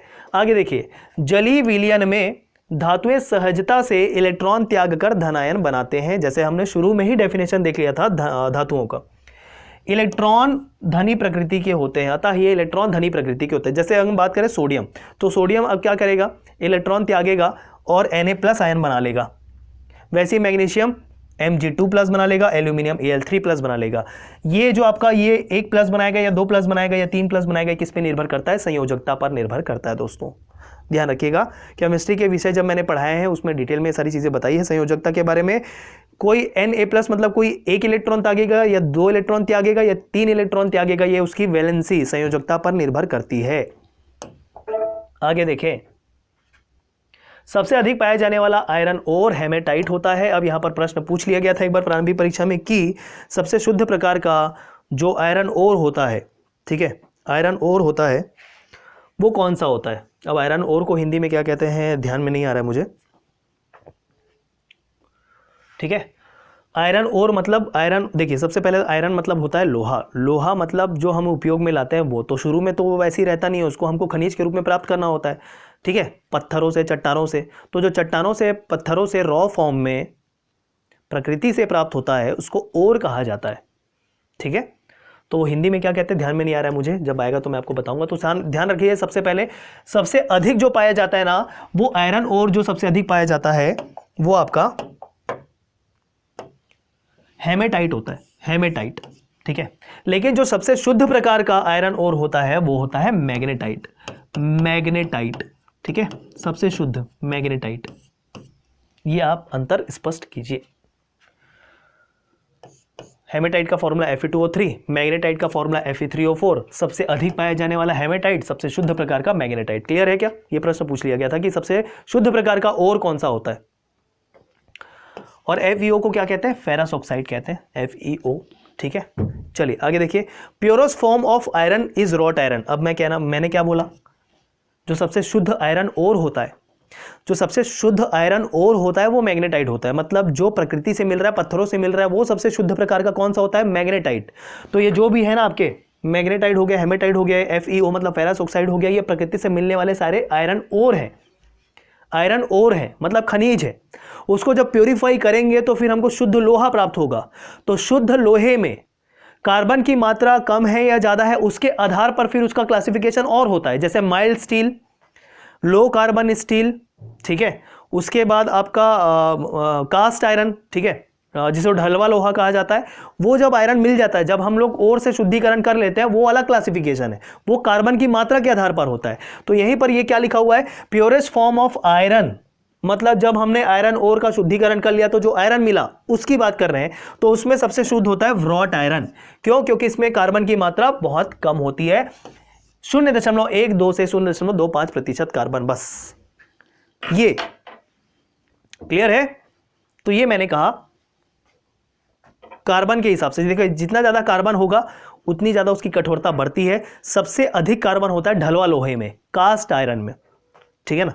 तो कास्ट आयरन सबसे अधिक होता है, लचीलापन उसमें कम होता है, और जितना कार्बन प्रतिशत कम होगा उतना लचीलापन उसमें, उतने तन्यता उसमें अधिक होगी आयरन में, ठीक। तो शुद्ध किसे माना जाता है? कार्बन की मात्रा जितनी कम होगी उसे शुद्ध माना जाता है, उसमें जंग भी कम लगेगा, और जितनी कार्बन की मात्रा बढ़ती जाएगी उसमें जंग लगने की प्रकृति बढ़ती जाती है उसमें, ठीक है। चलिए आगे देखें। लेड, कॉपर, सिल्वर तथा गोल्ड धातुएं जल के साथ बिल्कुल क्रिया नहीं करती, और ये जो लाइन मैं कह रहा हूं आपको ना, ये परीक्षा में पूछ चुका है, निम्नलिखित में से कौन सा धातु जल के साथ क्रिया नहीं करता है। ये 4 ऑप्शन दे दिए गए थे, ठीक है। तो आप पहचान लीजिए, लेड, कॉपर, सिल्वर, गोल्ड, ये जो धातुएं हैं ना जल के साथ क्रिया नहीं करती हैं बिल्कुल भी, ठीक है। ये लाइन ध्यान रखिए, एक एक लाइन महत्वपूर्ण है यहां पर। चलिए आगे देखें। धातुएं जल से क्रिया करके H2 गैस तथा धातु हाइड्रोक्साइड उत्पन्न करती है। धातुएं जल से क्रिया करके H2 गैस और धातु हाइड्रोक्साइड उत्पन्न करती है। ऐसे धातु जो क्रिया नहीं करते हो तो उदाहरण बता दिया, लेकिन जो जल से क्रिया करते हैं उसकी बात आप देखिए। सोडियम भी धातु है, पोटेशियम भी धातु है, ठंडे जल के साथ क्रिया करते हैं, और इस क्रिया को ऊष्माक्षेपी अभिक्रिया कहते हैं, एक्सोथर्मिक रिएक्शन कहते हैं, ठीक है। एक्सोथर्मिक रिएक्शन कहते हैं, मतलब इसमें ऊष्माक्षेपी मतलब एक्सोथर्मी मतलब इसमें ऊर्जा के रूप में ऊष्मीय ऊर्जा बाहर निकलेगी। ऐसी क्रिया जिसमें ऊष्मीय ऊर्जा बाहर निकलती है उसे ऊष्माक्षेपी एक्सोथर्मिक रिएक्शन कहते हैं। जैसे Na+2H2O जल के साथ क्रिया कर रहा है, सोडियम सॉलिड फॉर्म में है, मिल रहा है 2NaOH, ठीक है, और हाइड्रोजन गैस लिखा है उसमें, हाइड्रोजन गैस तथा धातु हाइड्रोक्साइड, ये धातु हाइड्रोक्साइड है, और साथ ही साथ क्या मिल रहा है? ऊष्मीय ऊर्जा मिल रही है, एक्सोथर्मिक रिएक्शन कह रहे हैं, ठीक है। एक होता है ऊष्माशोषी अभिक्रिया। ऊष्माशोषी अभिक्रिया मतलब ऐसी अभिक्रिया जिसमें ऊष्मा जो है वो अवशोषित होती है, उस अभिक्रिया के द्वारा ऊष्मा निकलती नहीं है, शोषित होती है, तो उसको ऊष्माशोषी कहते हैं। एंडोथर्मिक, ये एक्सोथर्मिक, ऊष्माक्षेपी है, ऊष्मा निकलती है, तो इस कारण प्लस ऊष्मा लिखा हुआ है यहाँ पर। क्लियर? आगे देखिए। कैल्शियम और मैग्नीशियम को गर्म जल से क्रिया करवाया जाता है तो भी वो क्रिया करते हैं। जैसे कैल्शियम और जल गर्म करें, CaOH ट्वाइस मिलेगा एक्वस फॉर्म में, और हाइड्रोजन गैस मिलेगा गैसियस फॉर्म में। एक्वस फॉर्म में मतलब द्रवित फॉर्म में। आगे देखें, नीचे एक लाइन लिखी हुई है, एल्यूमिनियम, फ्लोरीन, जिंक ना तो ठंडे जल के साथ और ना ही गर्म जल के साथ क्रिया करते हैं, लेकिन भाप के साथ क्रिया करते हैं। अब हमने ऐसे धातुओं को उदाहरण दिया तो जल के साथ बिल्कुल क्रिया नहीं करते, जिसमें आपका लेड, सोना, चांदी ये सब आ रहा था, कॉपर आ रहा था, चाहे वाष्प हो चाहे किसी भी रूप में। जल के 3 रूप होते हैं, एक खुद जल होता है द्रव अवस्था में, एक ठोस अवस्था में मतलब बर्फ, और एक जो गैस अवस्था में उसको वाष्प कहते हैं, वेपर कहते हैं। तो ये जो वो धातुओं की एग्जाम्पल हम ले रहे हैं, एल्यूमिनियम, फ्लोरीन, जिंक, ये ऐसे धातु हैं जो ठंडे और गर्म जल के साथ क्रिया नहीं करते, लेकिन वाष्प जो होता है जल का गैसीय स्वरूप उसके साथ क्रिया कर लेते हैं, ठीक है। तो इस कारण ऐसा नहीं है कि ये बिल्कुल क्रिया नहीं करते, वाष्प के रूप में क्रिया कर लेते हैं जल के साथ, ठीक। तो ये सारे उदाहरण हैं, इसको आप नोट कर लीजिएगा। आगे एक लाइन देख लीजिए, Pb कॉपर, सिल्वर और gold, Ag silver, Au gold जल के साथ बिल्कुल क्रिया नहीं करते, वही लाइन है जो हमने पहले देख लिया है। चलिए, अधिकांश धातुएं ऑक्साइड क्षारीय होते हैं तथा जल के साथ क्रिया करके क्षार बनाते हैं। बहुत सारे जो धातु होते हैं ना उनके ऑक्साइड जो होते हैं, ऑक्साइड क्षारीय होते हैं, क्षारीय, और जल के साथ क्रिया करके क्षार बना लेते हैं। उदाहरण के तौर पे Na2O, ये धातु ऑक्साइड, ये भी धातु ऑक्साइड, जल के साथ क्रिया किया, क्षार बना लिया, पूरा उदाहरण के साथ है। ये पॉइंट देखिए, कुछ धातुएं ऑक्साइड उभयधर्मी प्रकृति के होते हैं, जैसे कौन से क्षारीय हैं, कौन से उभयधर्मी के हैं, ये उदाहरण के तौर पर सारी चीज़ें मैंने किया हुआ है। आप इसको PDF दे दूंगा, इसको आप पढ़ लेना, सीधा फैक्ट है। जैसे ZnO, Al2O3, PbO, सभी के सभी ऑक्साइड उभयधर्मी प्रकृति के होते हैं, न्यूट्रल प्रकृति के होते हैं। चलिए आगे देखिए, कुछ धातुएं अम्लों से क्रिया करके संगत लवण और हाइड्रोजन बनाते हैं, तो कुछ धातुओं के अम्लों के साथ भी क्रिया करते हैं। जैसे जिंक हो गया, H2SO4 मतलब अम्ल है ये, ZnSO4 और हाइड्रोजन गैस। ये सारे आपके प्रॉपर्टी हैं कि कौन सी धातु किसके साथ क्रिया करेगी, किससे कैसे होते हैं ये। अधिक अभिक्रियाशील धातु अपने से कम अभिक्रियाशील धातु को अपने यौगिकों के विलयन से विस्थापित कर देते हैं, और इसको विस्थापन अभिक्रिया कहा जाता है। ये जब मैंने रासायनिक अभिक्रिया पढ़ाया था तो उसमें ये पूरा बताया अच्छे से। फिलहाल आप समझ लीजिए, जो अधिक क्रियाशील धातु रहता है ना, वो कम क्रियाशील धातु को हटा देता है वो। जैसे उदाहरण देखिए यहाँ पर, CuSO4 उदाहरण के साथ समझ में आएगा, CuSO4 + Fe ठीक है, CuSO4 प्लस Fe। अब यहां पर देखा है धातु की क्रियाशीलता का क्रम, मतलब सबसे ज्यादा क्रियाशील कौन होगा, फिर कौन होगा, फिर कौन होगा। सबसे कम क्रियाशील के तौर पे यहां पर हम लोग देख रहे हैं Ag को, ठीक है, सिल्वर को। तो देखिए सबसे अधिक क्रियाशीलता के तौर पे हमको ये नाम, ये क्रियाशीलता का क्रम अब बहुत ही इंपॉर्टेंट है, इसको करिएगा। सबसे ज्यादा पोटेशियम, फिर सोडियम, फिर कैल्शियम। देखिए सोडियम के बारे में तो सभी को पता होता है कि हम अगर उसको खुला रख दें, ठीक है, अपने आसपास में जैसे खुला रख दें तो वो जल जाता है। क्यों? क्योंकि उसकी क्रियाशीलता बहुत अधिक होती है। वैसे ही आपका सबसे अधिक क्रियाशील पोटेशियम होता है, सोडियम से भी ज़्यादा पोटेशियम होता है, फिर कैल्शियम, फिर मैग्नीशियम, फिर aluminium, zinc, iron, lead, hydrogen यहाँ पर नहीं होना चाहिए धातु के रूप। अच्छा, ओवरऑल तत्व की बात कर रहे हैं तो ये इस कारण यहाँ पर लिख लिया गया है, कॉपर, मरकरी और फिर सिल्वर। ये पूरी घटती क्रियाशीलता का क्रम है। और सिल्वर से भी कम क्रियाशील होता है Au, मतलब गोल्ड, सोना। सबसे कम क्रियाशील सोना, इसी कारण तो उसका मूल्य ज़्यादा है। जिसका क्रियाशीलता सबसे कम होगा उसका मूल्य अधिक होगा, ये मान के चलिए, क्योंकि वो आसपास इतना जल्दी खराब नहीं होगा, उसमें जंग नहीं लगेगा। तो सोना इसी कारण तो है प्रॉपर्टी उसकी, इसी कारण तो महंगा है सोना, है ना। तो अब देखिए यहाँ पर अगर हम क्रम देखें तो क्रम के तौर पे कॉपर कम क्रियाशील है आयरन से, मतलब आयरन अधिक क्रियाशील है कॉपर से। तो क्या करेगा, ये जो आयरन है ना, इस कॉपर को विस्थापित कर देगा, इस कॉपर को विस्थापित कर देगा और इस कॉपर का स्थान ले लेगा खुद कौन, आयरन। तो आयरन यहां पर इसको विस्थापित कर रहा है, किसको, कॉपर को। तो इसको विस्थापन अभिक्रिया कहते हैं और बना लेगा FeSO4 प्लस कॉपर को फेंक दिया बाहर, क्योंकि कॉपर कम क्रियाशील था आयरन के रिस्पेक्ट में।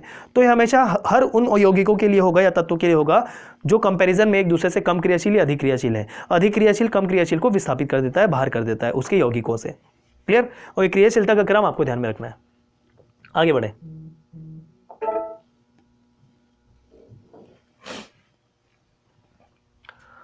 कार्बोनेट अयस्क को निस्तापन, अब यहां पर शुद्धिकरण की जो प्रक्रिया है, किसी भी अयस्क से कोई धातु निकालने की प्रक्रिया को शुद्धिकरण कहा जाता है, निष्कर्षण कहा जाता है, सांद्रण कहा जाता है। ठीक है, मतलब उसकी अलग अलग प्रक्रिया होती है। सबसे पहले जो आपको आयरन ओर मिल रहा है, ठीक है, अयस्क, उस अयस्क से धातु निकाली जाती है, उसकी विभिन्न अलग अलग प्रक्रियाएं होती है, इसी की बात कर रहे हैं हम। ठीक है, तो उसका क्या क्या प्रक्रम होता है। सबसे पहले तो बेसिक उसमें अशुद्धि हटाना, फिर दूसरा होता है सांद्रण, कॉन्सेंट्रेशन होता है, फिर उसका होता है निष्कर्षण, एक्सट्रैक्शन ऑफ मेटल, किससे, अयस्क से, उसी की बात कर रहे हैं। तो कौन क्या है एक ब्रीफ में देख लीजिए आप। कार्बोनेट जो अयस्क होते हैं ना, कार्बोनेट जो अयस्क होते हैं उनको निस्तापन के द्वारा धातु ऑक्साइडों में तथा सल्फाइड अयस्क को भर्जन के द्वारा धातु ऑक्साइडों में परिवर्तित किया जाता है। उसके बाद कार्बन, एल्यूमिनियम और विद्युत अपघटनी अपचयन के द्वारा धातु में अपचयित किया जाता है। तो देखिए पहले क्या करेंगे, पहले निस्तापन या भर्जन किया जा रहा है। ठीक है, पहले कैल्सिनेशन और रोस्टिंग, मतलब निस्तापन और भर्जन किया जा रहा है कौन से धातुओं को, कौन से धातुओं को। तो यहां ध्यान रखने वाली बात यह है, कार्बोनेट अयस्कों को, धातुओं को नहीं, अयस्कों को, कार्बोनेट अयस्कों को निस्तापन के द्वारा और सल्फाइड अयस्कों को भर्जन के द्वारा पहले धातु ऑक्साइड में परिवर्तित किया जाता है। पहले धातु ऑक्साइड में परिवर्तित किया जाता है, ये आप ध्यान रखें। उसके पश्चात कार्बन, एल्यूमिनियम या विद्युत अपघटनी के द्वारा ना इसको धातु में अपचयित किया जाता है और फिर धातु प्राप्त होता है। ठीक है, तो ये महत्वपूर्ण है लाइन। कार्बोनेट के लिए आपको निस्तापन याद रखना है और सल्फाइड अयस्क के लिए आपको भर्जन याद रखना है। पूरा डिटेल में लेक्चर लिया हुआ है, धातुओं का सांद्रण, अयस्कों का सांद्रण वाला चैप्टर केमिस्ट्री का बना हुआ है, देख लीजिएगा अगर चाहे, अगर टाइम है आपके पास। सोडियम, पोटेशियम, कैल्शियम धातुओं को उनके गलित क्लोराइडों के विद्युत अपघटन के द्वारा निष्कर्षित किया जाता है, जबकि एल्यूमिनियम धातु को उसके गलित ऑक्साइड के विद्युत अपघटन के द्वारा निष्कर्षित किया जाता है। ये कैसे कैसे आपका धातु निकाला जाएगा अयस्क से, वो सारी प्रक्रिया है, याद करके पढ़ के एक बार चले जाइए। गलित लवणों के विद्युत अपघटन के दौरान शुद्ध धातु कैथोड पर निक्षेपित होती है और जो अशुद्धि रहती है वो एनोड पर निक्षेपित हो जाती है। शुद्ध धातु किस पे मिलेगा, कैथोड पर। जब विद्युत अपघटनी प्रक्रिया करेंगे तो क्या होगा, फिर विद्युत अपघटन की प्रक्रिया करते तो एक कैथोड की छड़ होती है, एक एनोड की छड़ होती है, कुछ भी कैथोड हो सकता है, एनोड हो सकता है, जो भी उसकी प्रकृति के आधार पर है। उसके बाद जो शुद्ध धातु मिलेगा वो कैथोड पे मिलेगा और जो अशुद्धि रहेगी वो एनोड पर जमा हो जाएगी, उसी की बात कर रहे हैं। तो ये था अयस्कों से धातु को हटाना। संक्षारण, प्रश्न पूछा गया था कि निम्नलिखित में से कौन सा संक्षारण का उदाहरण नहीं है प्रारंभिक परीक्षा में। इंग्लिश में कहते हैं करोजन, तो करोजन के उदाहरण देख लीजिए। जैसे लोहे में जंग लगना संक्षारण का सबसे अच्छा उदाहरण और सबसे कॉमन एग्जांपल है, आपको पता है लोहे में जंग लगना। तांबे की सतह पर हरा परत जमना, चांदी की सतह पर काला परत जमना, ये सभी संक्षारण के उदाहरण हैं। ये तीनों ऑप्शन दिए थे और एक और कोई ऑप्शन दिया था जो उदाहरण नहीं था संक्षारण का। ठीक है, चलिए ये बहुत ही महत्वपूर्ण लाइन है संक्षारण से रिलेटेड। अगर लोहे में जंग लगता है तो उसका भार बढ़ जाता है। देखिए पूछा गया प्रश्न कई बार कि जब लोहे में जंग लगता है तो लोहे का भार क्या होगा, लोहे का भार बढ़ जाएगा, लोहे का भार स्थिर रहेगा, या लोहे का भार कम हो जाएगा, या कुछ भी नहीं। ठीक है, मतलब इनमें से कोई नहीं। तो क्या होता है कि जब भी लोहे में जंग लगता है तो लोहे का भार बढ़ जाता है, क्योंकि इसमें अतिरिक्त परत जमती है। ठीक है, संक्षारण की, जंग की, तो लोहे का भार बढ़ेगा जब जंग लगेगा। तो ध्यान रखें। आगे देखिए, जंग लगने से बना पदार्थ फेरिसोफेरिक ऑक्साइड कहलाता है। क्या कहलाता है? फेरिसोफेरिक ऑक्साइड कहलाता है। सूत्र होता है जंग का, ध्यान रख लीजिए, Fe2O3xH2O। ये जंग का फॉर्मूला है, जो जंग लगता है ना उसका फॉर्मूला है। तांबा वायु में उपस्थित आर्द्र CO2 के साथ अभिक्रिया करके हरा पदार्थ का लेयर बना लेता है, जिसे कॉपर कार्बोनेट होता है। जिसे कार्बोनेट जो लेयर बनता है ना तांबे में हरा कलर का, उसको कॉपर कार्बोनेट कहते हैं। ठीक है, किसके साथ क्रिया करके बनाता है? मॉइस्ट CO2 के साथ क्रिया करके बनाता है। और जो लोहा होता है वो किसके साथ? वायु में उपस्थित आर्द्रता के साथ क्रिया करके, ऑक्सीजन के साथ क्रिया करके लोहा बनाता है। और तांबा CO2 के साथ क्रिया करके हरा लेयर बनाता है, जो तांबे में संक्षारण का उदाहरण है। सिल्वर वायु में उपस्थित सल्फर के साथ क्रिया, देखिए सभी संक्षारण के उदाहरण हैं, लेकिन लोहा किसके साथ क्रिया करेगा? ऑक्सीजन और जलवाष्प के साथ। तांबा किसके साथ क्रिया करके संक्षारण बनाएगा? आर्द्र CO2 के साथ। वैसे ही सिल्वर जो है वो किसके साथ क्रिया करके संक्षारण बनाएगा? सल्फर के साथ क्रिया करके। ठीक है, सिल्वर सल्फाइड का परत बना लेता है जो काला होता है, काला दिखता है। तो सिल्वर जो है ना, चांदी जो होता है वो काला हो जाता है, संक्षारण का उदाहरण है वो भी। चलिए अब ये कुछ फैक्ट हैं, सिंगल लाइनर फैक्ट है। इस फैक्ट का आपको स्क्रीनशॉट ले लेना है, सारे महत्वपूर्ण हैं। इसको पढ़ाने वाले कोई बात नहीं है, इसको आपको याद करते जाना है। जैसे अगर मैंने लिखा है ऑक्सीडेशन और अपचयन, ये तो पूरा डिस्कस कर लिया हमने। उसके बाद सारे एक एक लाइन के फैक्ट लिखे हुए हैं। जैसे सबसे भारी धातु ऑस्मियम है, सबसे भारी धातु ऑस्मियम है, और प्लेटिनम सबसे कठोर धातु होती है। इस तरीके के सारे संकलन कर लिया है मैंने कुछ फैक्ट को। इस सारे फैक्ट का, तथ्य का आपको स्क्रीनशॉट लेके पढ़ लेना, या तो PDF तो मैं दूंगा ही, उससे आप इसको बिल्कुल पढ़ के चले जाइएगा। इसमें पढ़ाने वाली कोई बात नहीं है। ठीक है, चलिए वैसे ही ये सारा पूरा फैक्ट मैंने लिख लिया है, ये आपको अवेलेबल हो जाएगा, डोंट वरी। अगर आप तत्काल रूप में पढ़ना चाहते हैं तो मैं इसका थोड़ा बड़ा कर देता हूँ, आप स्क्रीनशॉट ले लीजिए। PDF क्योंकि कुछ दिन बाद ही शेयर होगा दोस्तों। ठीक है, तो ये स्क्रीनशॉट ले लीजिए इसका। चलिए ये ले लीजिए, आगे बढ़ते हैं। इसको मैं थोड़ा जूम कर देता हूं सो दैट आपको क्लियर दिखाई दे। ये सारे वन लाइनर फैक्ट है, आपको करके जाना एग्जाम में। इसको देख लीजिए, स्क्रीनशॉट ले लीजिए। चलिए आगे बढ़ते हैं। ये भी एक पेज है। कौन से यौगिकों के या धातु अधातु के उपयोग क्या क्या है, वो सारी चीज़ें लिखा है। जैसे फेरस ऑक्साइड हरा कांच बनाने के लिए, फेरिक ऑक्साइड लिखा हुआ है यहाँ पर जेवरात पॉलिश करने के लिए। ये सारे फैक्ट हैं किस धातु का, किस यौगिकों का क्या उपयोग है उसके। स्क्रीनशॉट लीजिए, ले लीजिए स्क्रीनशॉट। चलिए ये भी फैक्ट है, इसका भी स्क्रीनशॉट ले लीजिए, वन लाइनर फैक्ट।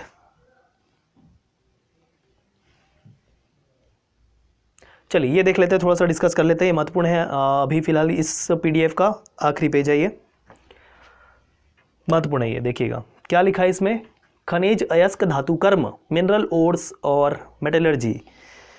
खनिज, उसके अयस्क, खनिज और अयस्क में अंतर, और उससे उसका रासायनिक सूत्र क्या होता है, क्या कहा जाता है, इससे प्रश्न बनता है। ठीक है, चलिए देखिए सबसे पहले हम बात करेंगे तांबे की। तांबा किस किस खनिज से या अयस्क से मिलता है, ये आप देखिए। अब देखिए खनिज और अयस्क में सबसे पहले अंतर देखिए आप।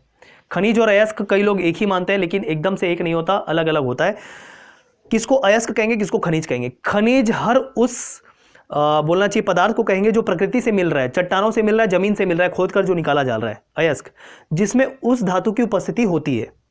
जैसे तांबे के खनिज के रूप में अगर बोलूं तो ये सारे हैं, लेकिन तांबा का बहुत सारे खनिज होंगे, लेकिन अयस्क कुछ ही होगा, एक या दो ही होगा। अयस्क वो खनिज होता है जिसमें वो धातु अधिकतम मात्रा में निकाली जा सकती है कम से कम खर्च में, ये अंतर होता है। ठीक है, मतलब खनिज ऐसा पदार्थ होता है जो प्रकृति से मिलता है हमको, जिसमें उस धातु की उपस्थिति होती है, कम या ज्यादा ये मैटर नहीं करता। लेकिन अयस्क किसको कहेंगे? किसी भी धातु का अयस्क वो होता है जिसमें उस धातु की मात्रा अधिक होने के साथ साथ उसे कम खर्च में धातु को निकाला जा सकता है, वो उसका अयस्क कहलाता है। ठीक है, तो सभी अयस्क खनिज होंगे लेकिन सभी खनिज अयस्क नहीं होंगे, ये मेरे शब्द ध्यान में रखिएगा। तो चलिए सबसे पहले तांबा के अयस्क की बात करेंगे, खनिज की बात करेंगे। तो तांबा, कॉपर, ऑक्साइड खनिज। अब इसमें क्लासिफिकेशन कैसे किया है कि ऑक्साइड खनिज कौन कौन से होंगे, सल्फाइड खनिज कौन कौन से होंगे, कार्बोनेट खनिज कौन कौन से होंगे। ठीक है, ऑक्साइड खनिज के तौर पे आपको क्यूप्राइट याद रखना है, Cu2O, जिसे रूबी कॉपर भी कहा जाता है, इससे कॉपर मिलता है। सल्फाइड है इसके रूप में कॉपर ग्लैंस आपको याद रखना है, कॉपर ग्लैंस का फॉर्मूला होता है Cu2S। ठीक, कॉपर पायराइड जिसको चेल्को पायराइड भी कहते हैं, चेल्को मतलब कॉपर होता है ना, चेल्कोलिथिक एज आपने हिस्ट्री में पढ़ा होगा, कॉपर एज। ठीक है, तो कॉपर मतलब चेल्को होता है, चेल्को पायराइड या copper pyrite, formula Cu2S Fe2S3 या CuFeS2, दोनों एक ही है। ठीक है, बस संख्या का इधर उधर फर्क है, इसको सामने में कुछ संख्या लगा देंगे, बैलेंस कर देंगे तो यही हो जाएगा, वो एक ही है। कार्बोनेट एस के रूप में मैलाकाइट। अब देखिए क्यों सल्फाइड कहा जा रहा है, क्योंकि सामने इसके आखिरी में सल्फर है। इसको ऑक्साइड क्यों कहा जा रहा है, क्योंकि सामने में इसका ऑक्सीजन है। ठीक, कार्बोनेट क्यों कहा जा रहा है, क्योंकि यहाँ पर कार्बोनेट है, CO3 है। ठीक है, तो मैलेकाइट याद रखें, CuCO3 CuOH ट्वाइस। और एज्यूराइट ये भी कॉपर का खनिज है, 2Cu CO3 CuOH ट्वाइस। तो क्या करेंगे, सूत्र याद करना थोड़ा डिफिकल्ट है, तो आप कम से कम कौन से खनिज का क्या अयस्क है, खनिज कौन से धातु का कौन सा माफ कीजिए क्या कह रहा हूं मैं, कौन से धातु का कौन सा खनिज है, कौन सा अयस्क है, ये कम से कम याद कर लीजिए, अब सही है। ठीक है, आयरन का देख लीजिए, आयरन के तौर पे आपको याद रखना है हेमेटाइट, मैग्नेटाइट, ये तो मैंने बताया ही था। लिमोनाइट याद रख लीजिए, ये आपका आयरन का खनिज है। कार्बोनेट में सीडेराइट, सीडेराइट से भी क्या प्राप्त होता है, आपका आयरन प्राप्त होता है। आयरन पायराइट और आर्सेनिक पायराइट, आर्सेनिक पायराइट में देखिए, आर्सेनिक पायराइट मतलब आर्सेनिक भी होगा, मतलब AS, आयरन भी है, सल्फर भी है। ठीक है, याद रखें। चलिए, जस्ता, जिंक, पहले तो देखिए तांबा, आयरन, इसको पहले याद करना, और एल्यूमिनियम पहले याद करना। ठीक है, ये तीन पहले याद करना, उसके बाद आप जिंक देख सकते हैं। ठीक है, और अन्य में सिनेबार, सिनेबार मरकरी का है आपका खनिज। एस्बेस्टस वो देख लीजिएगा, और फेसिटेराइट, कैसेटेराइट, कैसेटेराइट से आपका टीन प्राप्त होता है, कैसेटेराइट आपने पढ़ा होगा, जो टीन प्राप्त होता है वो कौन से चट्टानों से मिलता है, कैसेटेराइट। ठीक है, याद रखेंगे। कार्नेलाइट, कार्नेलाइट भी महत्वपूर्ण है, तो ये आप याद रख लीजिएगा, ये भी टेबल आपके लिए महत्वपूर्ण है। स्क्रीनशॉट ले लीजिए दोस्तों, स्क्रीनशॉट ले लीजिए, इसका बहुत ही महत्वपूर्ण है, ये टेबल आपको करके जाना है कि कौन से धातु का कौन सा अयस्क या खनिज है। ठीक है, तो यहाँ पर ये हो गया हमारा स्लाइड पूरा। अब कुछ बातें रह गई है जिसको हम जल्दी से दूसरे PDF के अंतर्गत कवर कर रहे हैं, देखिएगा। एक और PDF है जिसको जल्दी से कवर करने की कोशिश करते हैं, कुछ टॉपिक है इसको लेकर। एलॉय की बात करेंगे। एलॉय मतलब होता है 2 से अधिक धातुओं का मिश्रण, उसकी गुणवत्ता को बढ़ाने के लिए, उसके पर्पस के हिसाब से। तो अलॉय के तौर पे आपको, जैसे हम बात करें, ब्रास होता है, ब्रॉन्ज होता है, मतलब पीतल और कांसा, उसमें कौन कौन सी धातुएं कितनी मात्रा में मिली होती है, यहाँ से प्रश्न बनते हैं। तो इसको भी आपको एक लिस्ट के फॉर्म में करके जाना है। जैसे ब्रास हो गया पीतल, ठीक है, कॉपर 70% होता है, और जिंक, कॉपर और जिंक का मिश्रण होता है पीतल, कॉपर 70%, जिंक 30%, ये हो गया ब्रास। वैसे ब्रॉन्ज, कांसा जिसको कहते हैं, ब्रॉन्ज मेडल, ठीक है, जैसे मेडल के तौर पे गोल्ड मेडल, सिल्वर मेडल, वैसे ब्रॉन्ज मेडल। तो ब्रॉन्ज मेडल दिया जाता है आपको कांसा, जिसमें क्या होता है, कॉपर और टिन होता है, SN टिन, 10% टिन मिला होता है और 90% कॉपर होता है इसमें। ठीक है, तो इस तरीके से आपको ये सारे अलॉय आपको मिश्र धातु कहते हैं, हिंदी में क्या कहते हैं, मिश्र धातु, एक से अधिक धातुओं का मिश्रण होता है। तो ये चीज़ आप ध्यान में रखेंगे। तो ये सारे आप अलॉय याद करके जाइएगा, स्क्रीनशॉट ले लीजिए, स्क्रीनशॉट ले लीजिए, सभी इंपॉर्टेंट है, पूछ लिया जाता है। तत्काल के तौर पे अगर आप आज ही पढ़ेंगे, 1-2 दिन में पढ़ेंगे, तो इसका स्क्रीनशॉट ले लीजिए। मैं जल्द से जल्द इसका PDF शेयर कर दूंगा आजाद CGPSC एकेडमी एंड्रॉयड एप्लीकेशन पर। ठीक है, कहाँ से मिलना है, कैसे मिलना है, ऑलरेडी मैं ऐप के यूज़ में बता चुका हूँ, उसको आप देखिएगा। PDF शेयर हो जाएंगे, डोंट वरी। लेकिन अभी तत्काल रूप में पढ़ने के लिए आपको यहाँ पर स्क्रीनशॉट ले लेना है, ले लीजिए इसका स्क्रीनशॉट, ये भी अलॉय है। चलिए आगे देखते हैं, एटम्स एंड मॉलिक्यूल्स। ये मैं थोड़ा सा चर्चा करना चाह रहा था आपसे, क्योंकि ये महत्वपूर्ण है। कौन सा सिद्धांत किसके द्वारा दिया गया, ये चीज़ आप देख लीजिए, एटम्स एंड मॉलिक्यूल्स। ठीक है, तो एटम्स को क्या कहा जाता है यहाँ पर, एटम्स को क्या कहा जाता है? परमाणु। परमाणु। और मॉलिक्यूल को कहा जाता है अणु। तो सबसे छोटी इकाई होती है परमाणु, परम अणु। सबसे छोटा इकाई किसी भी पदार्थ का उसको परमाणु कहते हैं। उससे बड़ा होता है अणु, मॉलिक्यूल्स। ठीक है, याद रखें, परमाणु एवं अणु।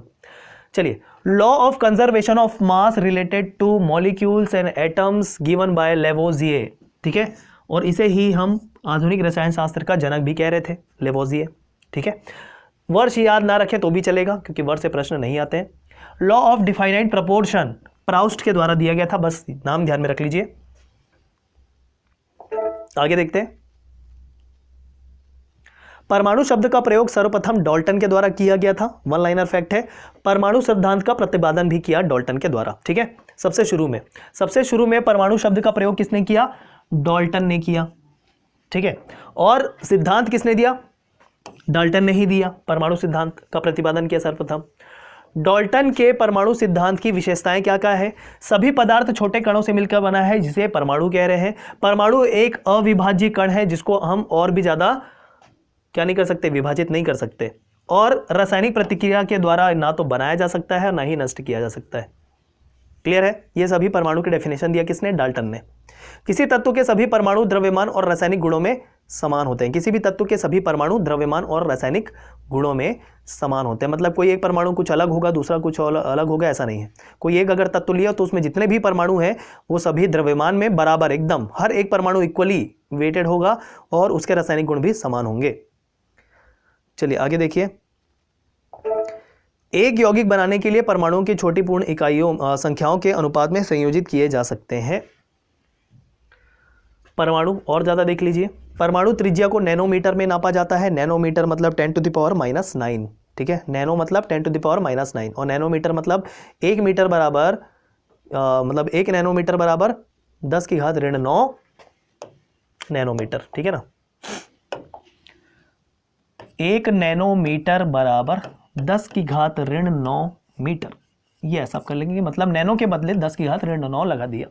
आगे देखिए, परमाणु को STM स्कैनिंग टनलिंग माइक्रोस्कोप के द्वारा देखा जा सकता है। परमाणु को किसके द्वारा देखा जा सकता है? STM के द्वारा देखा जा सकता है। क्या कह रहे हैं? स्कैनिंग टनलिंग माइक्रोस्कोप के द्वारा। ठीक है, हाइड्रोजन परमाणु को सबसे छोटा होता है, जिसकी परमाणु त्रिज्या तकरीबन 0.037 10⁻9 मीटर होती है। नैनो हटा दिया गया यहाँ पर, 10⁻9 लगा है तो मतलब नैनो ऑलरेडी लिख दिया यहाँ पर। या फिर अगर आप इसको नहीं लिखना चाहते तो यहाँ पर नैनोमीटर लिख दीजिए, मतलब 0.037 नैनोमीटर लिख दीजिए, एक ही मतलब है। ठीक है ना, चलिए आगे बढ़ते हैं। अब परमाणुओं में क्या क्या चीजें होती है? तो अभी तक जितनी बातें हम कर रहे थे, इलेक्ट्रॉन, प्रोटॉन और न्यूट्रॉन, वही सारी चीजें होती है इसके अंतर्गत सबसे शुरू में, है ना। तो देखें, सब एटॉमिक पार्टिकल मतलब और कौन कौन से, मतलब एटम किनसे मिलकर बना है? इलेक्ट्रॉन, प्रोटॉन और न्यूट्रॉन। इलेक्ट्रॉन की खोज जे थॉमसन। ठीक, अब उसका मॉडल का नाम था प्लम पुडिंग मॉडल। इतना आप डिटेल में मत याद रख लीजिए, पहले भी मैंने बता चुका है। इलेक्ट्रॉन आपका जे थॉमसन, ये आपको ध्यान में रखना है। गोल्डस्टीन, ये सारी चीजें फैक्ट आप ध्यान में रख सकते हैं चाहे तो। एक अन्य सकारात्मक चार्ज उप परमाणु का कर्ण खोजा था गोल्डस्टीन के द्वारा, जिसे प्रोटॉन नाम दिया गया। ठीक है, तो मैंने आपको बताया था प्रोटॉन गोल्ड का होता है, तो गोल्डस्टीन के द्वारा खोज किया गया था। इसके अलावा ऐसा कुछ फैक्ट आपको ध्यान में रखना है तो आप रख सकते हैं। चलिए आगे बढ़ते हैं। अब एक चीज समझिए, देखिए प्रोटॉन की खोज के तौर पे हमने गोल्डस्टीन का नाम देखा, ठीक है, लेकिन उनका श्रेय जो है ना, यहाँ पर थोड़ा सा दिक्कत है। अब देखिए, प्रोटॉन के तौर पे अभी तक हमने गोल्डस्टीन का नाम ध्यान में रखा, लेकिन अब श्रेय किसको दिया जाता है? मुख्य रूप से अगर बोला जाए ना, तो प्रोटॉन की खोज का श्रेय एक्चुअली प्रोटॉन ही नाम किसने दिया ना, तो वो है रदरफोर्ड। ठीक, एक धनावेश चार्ज खोजा गोल्डस्टीन ने, लेकिन उसको प्रोटॉन के रूप में पहचान किसने दी? रदरफोर्ड ने। ये थोड़ा सा अंतर है। तो ऑप्शन में अगर रदरफोर्ड के साथ साथ गोल्डस्टीन दे प्रोटॉन के रूप में, तो आपको रदरफोर्ड करना है, और अगर नहीं दे, सबसे शुरुआती तौर पे एक धनावेश कण की खोज किसने की, इस अभिप्राय से पूछे, तो वो गोल्डस्टीन आ जाएगा। ठीक है, तो ये चीज आप ध्यान रखें। चलिए, फिर ये सारी चीजें फैक्ट है, आप देखें तो प्रोटॉन का आवेश कितना होता है, ये महत्वपूर्ण है, ध्यान में रख लीजिए। बचपन में हमने बहुत बार पढ़ा होगा, जब हमने केमिस्ट्री पढ़ा होगा। 1.6 10⁻19 ये आपका प्रोटॉन का आवेश होता है, धन आवेश। ठीक है, चलिए, एब्सोल्यूट मास या द्रव्यमान किसे कहेंगे? प्रोटॉन प्लस न्यूट्रॉन की संख्या। अब एक और चीज़, प्रोटॉन का आवेश तो हमने देखा 1.6 10 की घात ऋण 19, लेकिन उसका द्रव्यमान 1.6 10 की घात ऋण 27 kg होता है। 10 की घात ऋण 27 kg, ये ध्यान रखें। न्यूट्रॉन चैडविक के द्वारा खोजा गया था। क्लियर? एक लाइन नीचे वाला देख लीजिए, न्यूट्रॉन हाइड्रोजन को छोड़कर सभी परमाणुओं के केंद्रक में मौजूद होता है। मतलब न्यूट्रॉन कहां उपस्थित होता है? केंद्रक में, हाइड्रोजन को छोड़कर। ये चीज ध्यान रखें। चलिए, अब किसमें कौन कौन सा चार्ज होता है ये आप ध्यान रखें। ठीक है, रिलेटिव मास क्या होता है और उसका मास केजी में क्या होता है, ये सारे एक टेबल मैंने बना दिए हैं, चाहे तो आप करके जा सकते हैं, आपकी मर्जी। जैसे देखिए, प्रोटॉन और इलेक्ट्रॉन, इसके जो आवेश रहते हैं ना वो इक्वली होते हैं। बस प्रोटॉन धनावेश होता है और इलेक्ट्रॉन ऋणावेश होता है। उसकी मात्रा जो होती है चार्ज की वो एक ही होती है। जैसे 1.6 10 की घात ऋण 19 हो जाएगा प्रोटॉन और ऋण 1.6 10 की घात ऋण 19 हो जाएगा इलेक्ट्रॉन का चार्ज। ठीक है, तो चार्ज में इक्वली होते हैं लेकिन अपोजिट नेचर में। और न्यूट्रॉन तो उसका चार्ज कितना होगा? 0, क्योंकि तो न्यूट्रल होता है। मास आप इन सब का ध्यान में रख सकते हैं। बाकी ये सब चीज़ रिलेटिव चार्ज है, तो रिलेटिव चार्ज के तौर पर ये +1 होता है, -1 होता है, न्यूट्रल होता है। +1 -1 जिसको हम बोलते हैं वो। ठीक, थॉमसन का परमाणु मॉडल, इसको आप चाहे तो एक बार पढ़ के जा सकते हैं। रदरफोर्ड का परमाणु मॉडल इतना ज़्यादा इंपॉर्टेंट नहीं है, चाहे तो आप एक बार रीड करके जाइएगा इसको। रदरफोर्ड नाभिकीय भौतिकी के पिता के रूप में विख्यात है। इस तरीके से कुछ फैक्ट हैं, इनको आप याद करके चले जाइए। इसका स्क्रीनशॉट लेके पढ़ लीजिएगा। नाभिक के अंदर क्या होता है? न्यूक्लियस। ठीक है, एटॉमिक नंबर और मास नंबर यहाँ पर थोड़ा सा देख लेते हैं। एटॉमिक नंबर और मास नंबर, यहाँ पर बोर का परमाणु मॉडल है। बोर का परमाणु मॉडल के अंदर का ये थोड़ी सी डेफिनेशन वगैरह पढ़ लीजिएगा। और यहाँ पर मैं एटॉमिक नंबर और द्रव्यमान किसे कहते हैं, परमाणु भार किसे कहते हैं, ये थोड़ा सा देख लीजिए। वैसे पहले भी देख चुके हैं। एटॉमिक नंबर या परमाणु क्रमांक, ठीक है, एटॉमिक नंबर या परमाणु क्रमांक किसी भी तत्व का क्या होता है? तो एक परमाणु के नाभिक में मौजूद प्रोटॉनों की संख्या को ही परमाणु क्रमांक कहा जाता है। एटॉमिक नंबर कहा जाता है, उसको Z के थ्रू दर्शाते हैं। और द्रव्यमान संख्या या परमाणु भार जिसको कहते हैं, तो एक परमाणु के नाभिक में मौजूद प्रोटॉन और न्यूट्रॉन की कुल संख्या को क्या कहते हैं? परमाणु द्रव्यमान कहते हैं। तो सिर्फ प्रोटॉन की संख्या आपकी एटॉमिक नंबर होगी और प्रोटॉन और न्यूट्रॉन की कुल मिलाकर संख्या द्रव्यमान होगा, परमाणु द्रव्यमान होगा या परमाणु भार जिसे कहते हैं वो होगा। क्लियर है? तो ये एक्स्ट्रा अतिरिक्त फैक्ट आपको बताना चाह रहा था मैं परमाणु से रिलेटेड। और इस तरीके से हमारा जो केमिस्ट्री को फैक्ट को लेकर वीडियो है ये हो चुका है पूरा। कम से कम इतना करके चले जाइए, स्क्रीनशॉट लेकर पढ़िए और PDF आपको जल्द से जल्द प्रोवाइड करवा दिया जाएगा हमारे एंड्रॉयड एप्लीकेशन पर, तो वहाँ से भी आप उसको पढ़ सकते हैं।